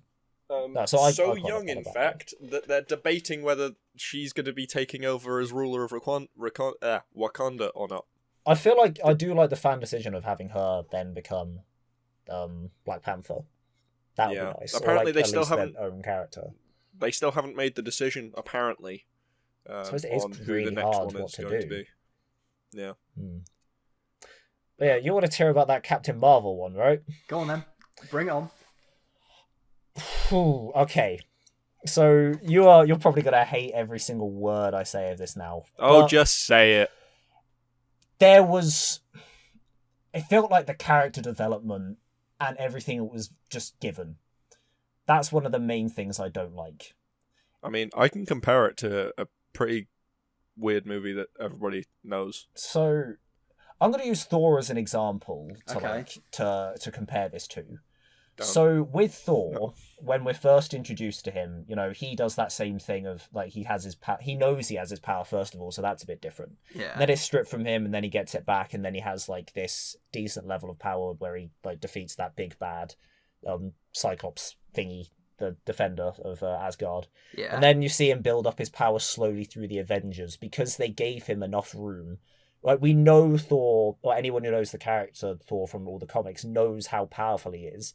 And in the films, he was given this space to improve and like just build up this character. Captain Marvel, what they did, it felt like, first of all, the acting wasn't as great. It felt like it was very samey throughout what Brie Larson did. But also right at the end, it's like they haven't given her any room to grow. They've gone, we started with this very cocky, brash character, who's, I suppose, quite hot-headed, a bit impulsive, as she is, and not very focused. And then we go through this entire film, and then she hasn't changed at all, except now she's just been given all of her powers in one go. Like, there's nothing to work with, there's no real character development there. Like, they could have done a lot more I fully with agree. it. Like, now I don't know what they do for other Captain Marvel films, or if they ever did any. They haven't yet. Yeah, they haven't got any plans. And in, spoiler alert, Endgame, if you haven't by any chance seen that, I should have done one for Captain Marvel, depending how far back we're going with this.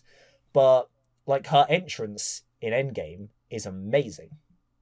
Like, the smashing through the ship, and then just, like, the entrance is amazing, like, destroying the ship, taking the gauntlet, all that kind of thing, the fight with Thanos. But it's like we still haven't seen any improvement from at the beginning. The only difference between Endgame Captain Marvel and start of film Captain Marvel is she has her power. That's it. There is no other change. Right. You know what that sounds exactly like? Green Lantern.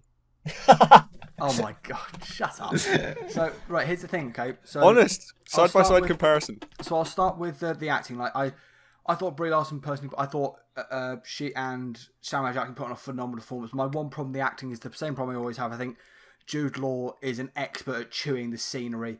Like, it's just Sat there chewing cardboard.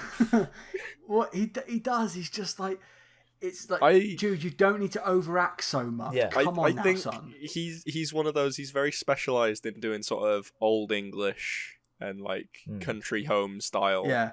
shows, but anything sort of sci-fi or fantasy he struggles with. Like when he was in King Arthur, like it's like he's just the scene in the jail with Charlie Hunnam. It's like he's going properly like a little bit into a Shakespearean thing, and then you try and put him in a big Marvel superhero film, and he just like and it's just like I don't know whether he doesn't want to know what to do. Either he wants to. I think it's just his style of acting. Yeah, probably. Yeah, and so that's I get what you mean on the acting from, but that's. I'd have to say it wasn't terrible. I wouldn't say it was like god awful. It just felt like it was very samey. It Like could have not been better. probably because of the character development thing. It was very samey. There wasn't much with her to work with. So on the character development, I think you're right in a sense that Captain Marvel as a character is extremely overpowered compared to everyone else in the MCU that we've seen. Probably the only, I'm trying to think, maybe the only person that's on a similar power level to her that's like that is like one of the good guys is maybe Strange. Green Lantern. and even he gets battered around. So as a very character, Captain Marvel is extremely overpowered. So it doesn't really. Yeah. So it is kind of like it's the Superman complex. Like there's so much. Like this character has so much power that it's like inevitable that whatever obstacle you put in their way, they're going to overcome it. They did it with Thor though, and Scarlet Witch. Like Thor Thor, I think in comics is arguably way more powerful than Captain Marvel. Same with Scarlet Witch, and yet in the MCU they're perfectly nerfed to that. They're very powerful, but they still have these obstacles. And then they just slapped it in with Captain Marvel and were like, "Here's this." I mean, Thor and Scarlet Witch, they gave them some very sort of distinct problems each. Like Thor, he wasn't just battling things that were weaker than him. A lot of the time he was going up against stuff that was designed for an Asgardian. Like most of the time he was fighting Loki, or he was fighting Hulk, who was basically an Asgardian in strength. And like he was always facing stuff that was equal to him. He wasn't ever going against stuff that was less than. And Scarlet Witch, it rapidly grows as well. Like and then Scarlet Witch, she's got all of this power. But then she's faced with her brother died. Yep. And she's got all of she blows up an embassy in a health building, and she's having all of this like mental distractions and mental problems she's having to an emotional problem she's having to overcome to be able to become her full potential. I mean, WandaVision, I'm looking at that now, all right, and I'm pretty much going, if Wanda's creating that, that's because she is distraught that Vision's dead. Yeah. That is what this is. This is her trying not to grieve and keep him alive despite him not being alive. Theoretically, she could do that without power, but again, I haven't seen any of WandaVision, so I don't know if that's the route they're going down. I mean, I haven't. Episode 5 hasn't come out yet, so I can't. It hasn't come up yet. If I may just add, it's just leaning towards that. But her demons are all in her head, but that's then preventing her from actually doing her thing and becoming who she needs to be. Yeah, and so that's sort of her thing. And then I agree with you, Captain Marvel. She's Air Force. Well, let me say a couple of things. So first of all, when you're saying on the power levels of Scarlet Witch and Vision, I completely forgot about them. They have Vision is a very, very similar power set. Yeah, in terms Vision of also power level. He's an extremely powerful character. But my thing on, you said there's kind of zero character development with Captain Marvel. I disagree with that. I think if you look at where Captain Marvel begins at the very beginning of the film, as you say, she's this cocky cocksure character who is she knows she's pretty much better than everyone on that, or she thinks at least she's better than everyone on the Kree team because of the power that she's got. But she is facing this problem that she is having trouble properly controlling her powers almost. And then also she's having this identity crisis. She doesn't really know who she is. And the supreme intelligence, can't remember which one it is saying, "Oh no, don't worry, it's all in your head. Nothing's going on." And then as soon as she crashes down on Earth, it's kind of the slowly starting to piece back together everything that she used to know.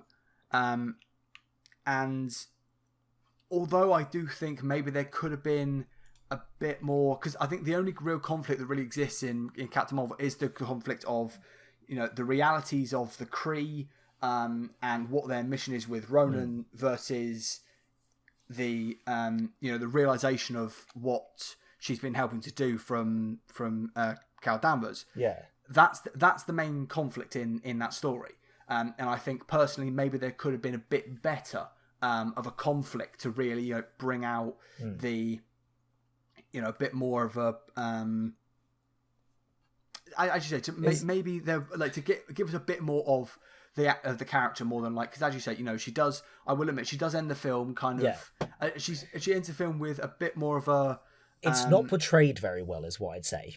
The internal struggle she has, it's there because they put it at the beginning, but it's it feels like in the film it's barely portrayed. It feels like the film is more of an advertisement for the US Air Force, like to people to join that, than it is an actual superhero film. I mean, I think what I would partly agree with you in terms of, I think that they could have spent way more time focusing on the personal struggle of Captain Marvel and her, a realization that, oh my, like if we'd seen something like her realization that she's helped the Kree massacre so many people because she's been manipulated. Yeah. That's a deeply traumatizing thing, and she just kind of shrugs off as like, yeah, whatever. Yeah, and it's the moment of like snapping, and she finally sees Jude Law's character and beats the living piss out of him. That would have been a good bit of character development. As you say, the realization of, oh my god, I've committed war crimes here. Yeah, like this is, and actually see her dealing with it. Except she's just like, nah, whatevs. Yeah, I mean, I think that they're another part of the problem potentially. Like let me get out. Like I said earlier, I absolutely loved Captain Marvel. I thought it was fantastic. The cast I thought was really, really good. And but as you say, just because I thought I really enjoyed it and I loved it, and I thought it was a very good film, that doesn't make it invulnerable from criticism. Yeah. And I do think it's fair to say that the film focused way more on being a more kind of light-hearted, jovial piece than kind of a piece about the struggle of Carol Danvers in kind of her realization of who she is and what she's done while she's been kind of manipulated. And I think, there is part of the thing that is maybe a little bit of a problem with the direction of Marvel currently. It's more of like, let's have fun comedy movies. Yeah. And there could be like real weight, like we're seeing with WandaVision. There could have been real weight behind the idea, like showing Captain Marvel's struggles of, as I've said about a million times at this point, of realizing what she has contributed to. Yeah. Also, some nice struggle with power, I think, would have worked. Again, use Thor as the example. When he gets his little bit of power in his first film and then gradually keeps going on, like he's similar to Carol Marvel, Captain Marvel, when she's doesn't know anything and she's still working with the Kree. Those two are warriors, but Thor is a warrior who's had his power for like thousands of years. Yeah. Like he knows exactly what to do, and through all the films he's like training himself constantly. Carol, she has her power, but as you said, because it was being stinted, she doesn't have very good control over it. And that is because it's all being manipulated and everything. But she doesn't have very good control over it, and she hasn't used it for much of her life. And then snap at the end of the film, it's like she has these powers and she knows how to use them perfectly. Like it goes from just a massive jump with no development in that area either. Like I agree with you on that point. Like the scenes that do stick out in my mind are the early scene, obviously, when she's struggling to control her power in the training fight with Jude Law's character, and then the hard cut a little bit later in the movie when she's sat with Fury, and they're kind of like going, which one of you is I can't remember the name of the face changing aliens. I can't remember their names. Skrulls, there you go. And she just like fires off one of her laser blasts and looks kind of like, I can do that. And I get what you mean in terms of like, that's not really that from a story point of view. Like there's no showing of like actual development in her being able to control herself and control her just powers has it now. To then smash cut to go, I can control this perfectly. That being said, I do think that with regard to something you mentioned earlier is very, very interesting about how, when it comes to Thor, because personally, like the Thor movies are my least favourite, because I think that Thor fits the least into the Marvel universe. I get that though. Because he's a space god. Yeah. Whereas even someone like Veers or Hulk or Peter Parker Spider-Man, it's all science. It's scientific. I also Doctor Strange is also kind of like what's this about? But I think that in terms of that, you know, you go from, you know, with Thor, you've got, you know, in the first film, he fights this big enemy that is, you know, it's been sent down by Loki. You then look at the second one, and he's facing the basically the creatures that are the Romulans from the new Star Trek films. The Dark Elves. Yeah, the Dark Elves. The Dark Elves. You know, and even they've got a big monster that Thor's trying to fight in Ragnarok. Also, he's set on him from Loki. Huh? Yeah, also set on him from Loki. Yeah. Wait, Ragnarok. Sort of. Also set on him from Loki. Yeah, this is just all Loki. Yeah, Like, but what I mean is that It's not there's really set on him from Loki for Ragnarok, but at the same time, yes. Yeah. He told them to do it in Ragnarok. But what I mean is that, you know, you look at Thor as a character. Obviously, it's a little bit unfair to compare Thor to Captain Marvel, because, you know, Thor's featured in you know 3 of his own movies, and then he's featured in every Avengers movie. Whereas Captain Marvel is featured in 2 films so far. So, you know, there is a kind of a little bit unfair to compare them. But in terms of, if we look at the first Thor film versus the first Captain Marvel, there is that thing of, you know, you see personal growth from Thor in fighting this big, you know, there is a real threat to him. So, like, the thing I'd have to say, sorry to interrupt, That's but right. for the for saying it's unfair to compare them, I don't think it is, because they gave Thor growth and gave him room to grow. But with Captain Marvel, they haven't really done that. I'll be interested to see what they managed to do, and like how they grow it. But That's what I'm saying, is they that haven't given. From a storytelling point, with everything they've given her, it doesn't look like they've given her much room to grow or development.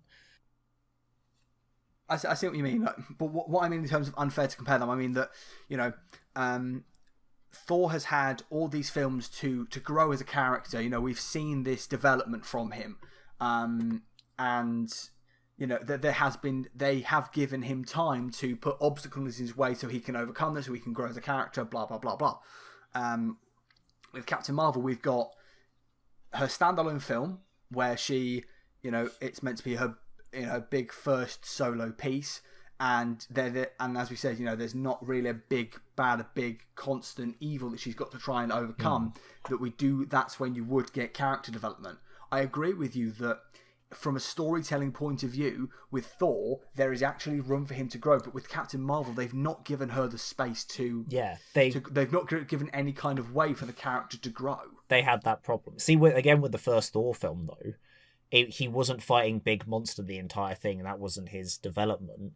His development is literally the film. That's the plot of the film. Odin sends him down to Earth because he's like, okay, my incredibly brash, very impulsive, cocky son is not fit to be king. I'm taking this away from him and sending him down there to teach him a lesson. And throughout the film, he's learning, and he comes back to Asgard a different man. Like, he's learned, knows what it's like to be a ruler, becomes worthy again from all of that. All in the space of one film, and they still gave him room to grow afterwards. It's something like they could have done a lot of that with Captain Marvel. Like, instead of her constantly having the same sort of level throughout, you know, when she's on Earth and then she's discovering, it could have been a lot nicer to see a lot more of the holy shit, what has been going on? This is massively eye-opening for me, rather than mere whatever advertisement for the Air Force. Because there are a few small instances that obviously you've got the moment in where they're going through the files, and it's like she uncovers that, you know, it was her in the crash. Yeah. That's kind of a moment of, oh, hang on a minute, I've been lied to I've been lied to for a long time. And then, you know, the only other time I can really think there's kind of that moment of maybe, as you said, you know, run where, you know, she has everything taken away from her, is the final quote unquote fight with the Supreme Intelligence, where she has all the power taken away. It's just about like her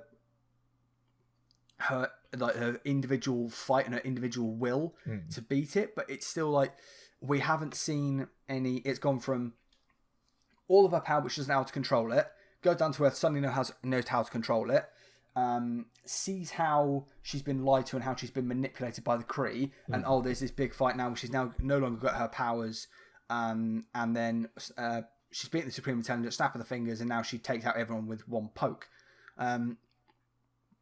Like I said, I thoroughly enjoyed Captain Marvel. It might be one of my favourite films of the bunch. It'd definitely be quite up there if I were to rank all of the Marvel films. Yeah.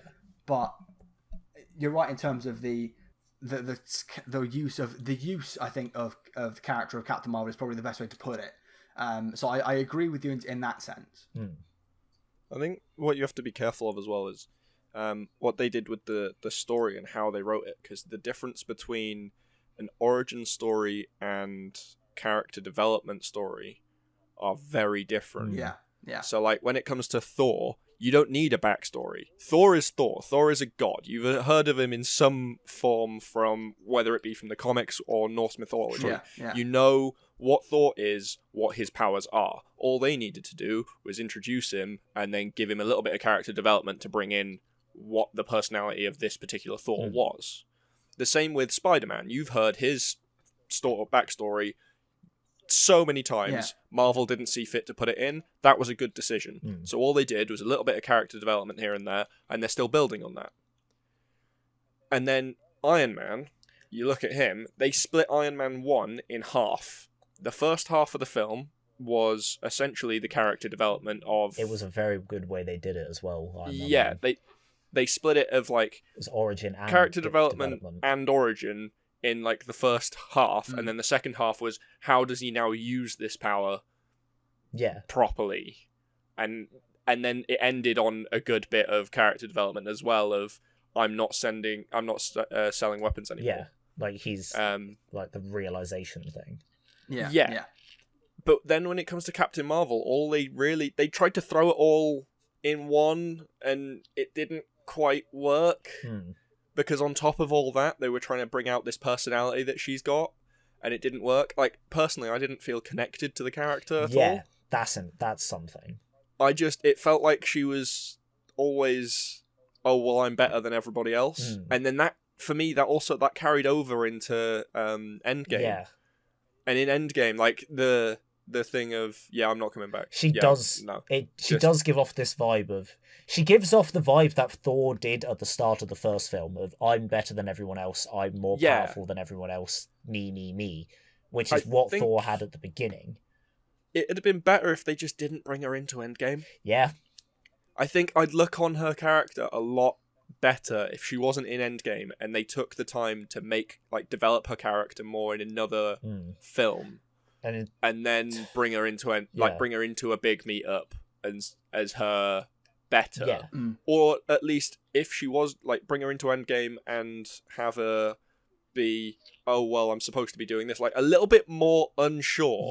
Because the way she's come in, it feels more like, oh well, I'm meant to be here. I'm going to be here, even if I have to beat up everybody else that's here just to do it. And she's also like, oh yeah, I've known Fury the longest. It's me. This is me. Kind of well, thing. That's all well and good if you've known Fury the longest, but where were you when New York was being attacked? Yeah. Well, I think...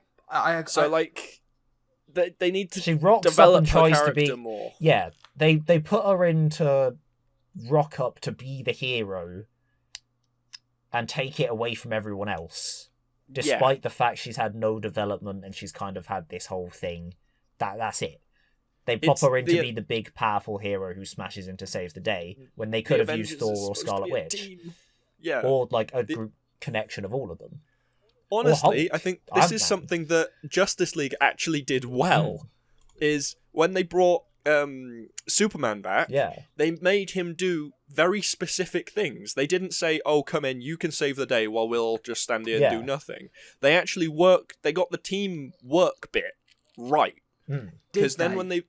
Yes, because they had individual jobs for everybody. They may not have been the correct jobs for that person, all right, but they allocated specific jobs. You go do this, you go do that, you go do this. And, they did teamwork, they worked together. When it came to Captain Marvel joining the Avengers team, everyone was working together, then she comes in, and then steals the show. And suddenly, she's stolen the show, she's decided she's in charge, she's running everything. Yeah, again, I get that. It just, it didn't... Again, you get it in the first Avengers film. where again, you might be able to tell I do love Thor, the character, quite a bit, but again, I'm going to use him as an example because he works very well for this kind of thing with their power scaling levels. When he first turns up. I'm more on about the ending fight, where they're actually working as a team. Like when he first turns up, he's there for Loki. He's like, Loki is mine. This is Asgard problem. He turns up and he tries to beat everyone up and is like, I'm in charge. I'm taking him. He's mine. And then he's actually beaten down, and then he's like, okay, maybe not. Yeah. And then the if final they'd done fight, that with Captain Marvel, it would have been fine. It was the final fight thing is what I like more, because he's there, and yes, he knows he's the most powerful by far, but he's like, this is still a team. I'm going to do my job. There was like him and Hulk doing all the heavy hitting things of dealing with the bigger threats. And he's like, this is what I'm doing. This is my job as part of this team. And I know everyone's going to do their own bit, rather than him going, I'm God, lightning powers, everyone listen to me, follow me, I do this, I'm the hero. There's two things I'd like to say on this, okay? So first of all, Tom, I agree with your point in that I personally think that maybe a better way for Captain Marvel to have been used in Endgame was, she can save the crew in the ship at the start of the film, and go with them to take out Thanos. But from there, when they've got basically the holograms of them talking, she's like, look, there's a lot of planets that need looking after more than I've got to look after a lot of planets, and like, you guys have got Earth covered. I think that personally, I think that should have been her last involvement in the film. Show that she is saying, she knows that there are so many planets that need a protector. Like, you guys are all sorting out Earth. Fine, like do what you want to do. Stay on Earth, but I've got all these planets to protect. Yeah, I think it was more the, like, all of the characters that we've got, that are there. They're working together. They're doing all this teamwork. But it's not just that they're working together. It's that they're losing together. Yeah. They have lost things. They have lost people. Like, Vision died. Black Widow died. Mm-hmm. Like, all of these people have died. And then she comes in acting like all big and mighty. And she's not... You can't see anything that she's been hit by. Like... She has, it doesn't show anything that she's lost. It just shows her turning up, being the big superhero, I'm in charge. And it just feels like she's got no regard for anything that they've lost. Yeah. Like, I think... It just feels she a could bit have not been involved in the final fight, I think. And if they'd have given her that whole... There's bigger things, there's like a whole universe, not just Earth. Yeah. That would have been very nice. Yeah, well, I think not only should they have done that, but also like show... Because obviously, Captain Marvel came out before Endgame, so we established that like she's very close with her best mate and her mate's daughter. Yeah. Like if they'd shown that she's lost people too, then it's like more she understands what they're trying to do. But as I said, like she's saying, look, I get you guys want to protect Earth, but there's so many planets around here that need a protector. I'm going to go and do that. And not, as you say, not have her involved in the final fight. They could have spun her story very well to involve she's had loss, she knows what the stakes are, and she's doing it, and have it look more respectful than what they did, because it just didn't look like with an entire universe. Yeah. The other part I wanted to get onto was, Tom, you made a very, to my mind, very odd thing in saying that Superman in Justice League is... Oh, we're going back to that. Yeah, because I want to bring you up on this, all right? Because... Hang on a minute. So, in Justice League, does Superman or does he not hold off the entirety of the Justice League on his own, and then when he turns up, he kicks Steppenwolf's ass without their help? That's not a team. That's one guy kicking the crap out of everybody, and then everyone going, right, we'll just deal with his goons then. I mean, for Christ's sake, Batman has stood on a ledge with apparently Batman has a gun now, just shooting things, and he's like, well, hang on. So he's trying to split the thing, and Cyborg he's trying to split the cubes. What happens? Superman comes in, pulls them apart like it's nothing. I think you find Cyborg requested Superman's help in doing that. Also, you can't expect Batman to go up against something that's not even human. I'm not saying that. What I'm saying is that Aquaman, gets his Superman, ass kicked by Superman on his own. Aquaman, Superman, and Wonder Woman all work together to beat him up in the end. He came in as like the initial shock factor to beat him down, and then after that, the rest of them turned up and they all worked together. Yeah. My point being is, eventually they all work together. Yeah. Whereas even the majority of the way through the Endgame last fight, she's been there a good minute and a half now. And what does she do? She goes over to Spider-Man, takes the thing off of him, and flies it all the way to the thing that she could have done on her own. But for some reason, they needed like 8 or 9 other people. Yeah, the only time she actually works with together is the really forced. Yes.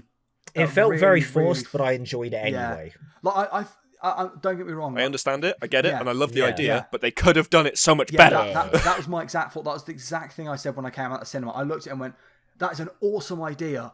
But that is such a scene that is written by 45 to 60-year-old white blokes in a boardroom. Yeah. It's like, oh, the women want something, give them this. Yeah. On the contrary, I know we've been running a long time now, so not to go too much into this, but spoiler alert, final episode of Mando, that handled that sort of thing very well. It doesn't feel forced, feels like very nice, and it's a really enjoyable film. Scene. Yes. Endgames, it's still enjoyable, and I still enjoyed watching it because it was a really good scene, but it felt so forced. Yeah. Yes. As I said, that was the thing. Like, as soon as it popped up, I was like, and I saw, all of the every single female character pop up at the same time. I was like, you've done that because you feel like you have to. You've done that because you feel like, we like, we're not going to do this in an actual, good creative way. We're not going to do it so, that They've gone Scarlet Witch and Captain Marvel or Scarlet, like any of those characters could team up like together and like put on a really, really cool scene. But they're like, right, what way can we get all the female characters in one nice bow, get that scene out of the way. Right, let's have them all in one scene. It's like, rather than giving actual nice individual scenes as well, Yeah. like different parts, they're just like, Captain Marvel gets her big showstopper, steal the show, and then let's just lump all of these characters together to show that we did a thing. Yeah, Scarlet Witch gets like half a scene, and then it's like, it is a good scene, though. I'm going to be honest. Yeah, it is a very it good is. scene. Yeah, it is. She's She like, almost you tears took him everything apart. from me. Yeah, Who are you? it's a good scene. Do I know you? It's a very, Yeah. it's a good scene for Scarlet Witch, but that's 2 out of the God knows how many female characters they've got in that scene. And they're like, right, so these 2 are going to get their own, and then everyone else will just do it. I'm pretty sure, thinking back, Mantis does not get a single speaking line in Endgame. She doesn't, I don't think. No. She's in it. You can quite clearly see She her. exists. And she turns up and she exists. She was there. But as for speaking lines in the released version of Endgame, I am 99% sure there is not a speaking I line. don't think I've heard Mantis speak in it either. I think she's got one in. She's got one in. No, hang on. She's Sorry, got a couple in Infinity War. Sorry, but I'm not in getting, Endgame. I'm getting mixed up. We're talking about Mantis, the Guardians of the Galaxy character. Yeah. So I was thinking of Ant-Man's mate. Oh, no. Wasp. Wasp doesn't have yeah, an sorry, either. yeah, Mantis doesn't. I don't think has a single speaking role. Mantis does not. Mantis in doesn't. Endgame. No. Wasp does. Wasp does because she does at the end. her and Ant-Man are in the front of the map. We'll get that. We'll get it done, Cap, and that's like she gets that and like one other line of dialogue, and that's it. Yeah, it is because, to be fair, a lot of them are treated like that, but Mantis is one of the main ones that sticks out, where they're like, put her in this scene. She's part of the Guardians, and then like she gets nothing to say. I mean, I get it, because if you think about They're all it, how many stars? That is probably the biggest collection of big-time characters and stars that has ever really happened. Yeah. And they were like they were all dusted. Something and they like all appeared anyway. each character gets something like 2.5 minutes of screen time minimum. Yeah. I think was what the original deal was, or something stupid like that. Yeah. And they accepted that because they wanted to play the characters to the fullest. Yeah. But and so you can't expect everyone to have a speaking role. But it plays into like the if like again I'll use Rise of Skywalker as an example. In The Last Jedi, Kelly Marie Tran's character Rose gets like a pretty prominent role. Like she is like the main side character, or is probably the best way to put it. But in Rise of Skywalker, she gets like, I think she might get like 2 or 3 lines of dialogue, but she's still meant to be this pretty pivotal character by this point in the storyline. No, I get what you mean by that. She's not used at all for what role she should have. Yeah. Considering what they were going with for her. It's just like whenever I see that kind of scene, I always sit back and just think that's so lazy. Like you've just gone right. We need one of these kind of scenes. Just put it together. We're a boardroom full of 60-year-old white blokes. Let's get this done so we can go make billions of dollars. And it's like you did that literally like because as I said you felt you had to try and reach a demographic and not go. Let's create an actual interesting good piece of cinema that does have a message attached to it, and not just let's pander. Yeah, they could have done it so much better. It's a shame, really. Yeah. Have we got anything Right. else to say, gents? I feel like wrap it up for That's good. Wrap it up for this week's bi-weekly. Yeah, we've gone over 2.5 hours, so We're running overtime at this point. Yeah. we're running to what we expected to be like the top end of how long we'd spend on these episodes. Yes. So if you want to follow us, any of us, plug yourselves in anything you're working on, Jack. Anything to plug? Not yet. Yeah. What's your Twitch name? What's your stream name? My Twitch name at the moment is Luna Vampiris, hence the Luna earlier. Yeah, that's just my title for everything. So Luna does actually work as a nickname. So twitch.tv/Luna Vampiris. Yep, I need to change it to that. Cool. You got a Twitter account you want to plug? No, I don't have any yet. I'll plug this next week when I make some stuff. Yeah. You're gonna. Sorry, what was that? Plug. Yeah, you plug it in. It's like your thing at the end. No, plug. You said plug, not plug. Oh, I meant plug. I'm gonna plug it in. No. You got 2 weeks to come up with a Twitter handle. Tom, anything to plug?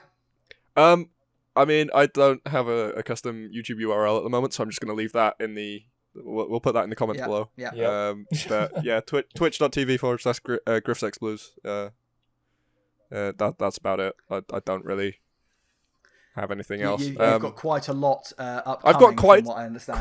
There is quite a lot coming to the YouTube channel, so keep an eye on plugs. that. Also, I've got a Facebook page, facebook.com/GriffsXBlues. All of my notifications are going to be going up there as well as notifications for this podcast every other week. So, check it out. It'd be great. Yeah. He's got so much going on. He's literally spending so much of his time. It's actually a bit insane. No lockdown. I have no free time anymore. Yeah. UK lockdown, ladies and gentlemen. And my literally about 5 minutes before the start of the recording of this, my new laptop turned up, so all of the editing is going to start getting done now, which means the projects are just going to rocket forward. Tom, are you referring to edit these now? No, these are yours. I've got other things I need to edit. I can't edit either, so I'm out. Sorry, guys. Damn it. It all falls on me. Yes. Because you're not doing anything, are you? Hey, I might have missed this week, but I just wasn't in a good mood.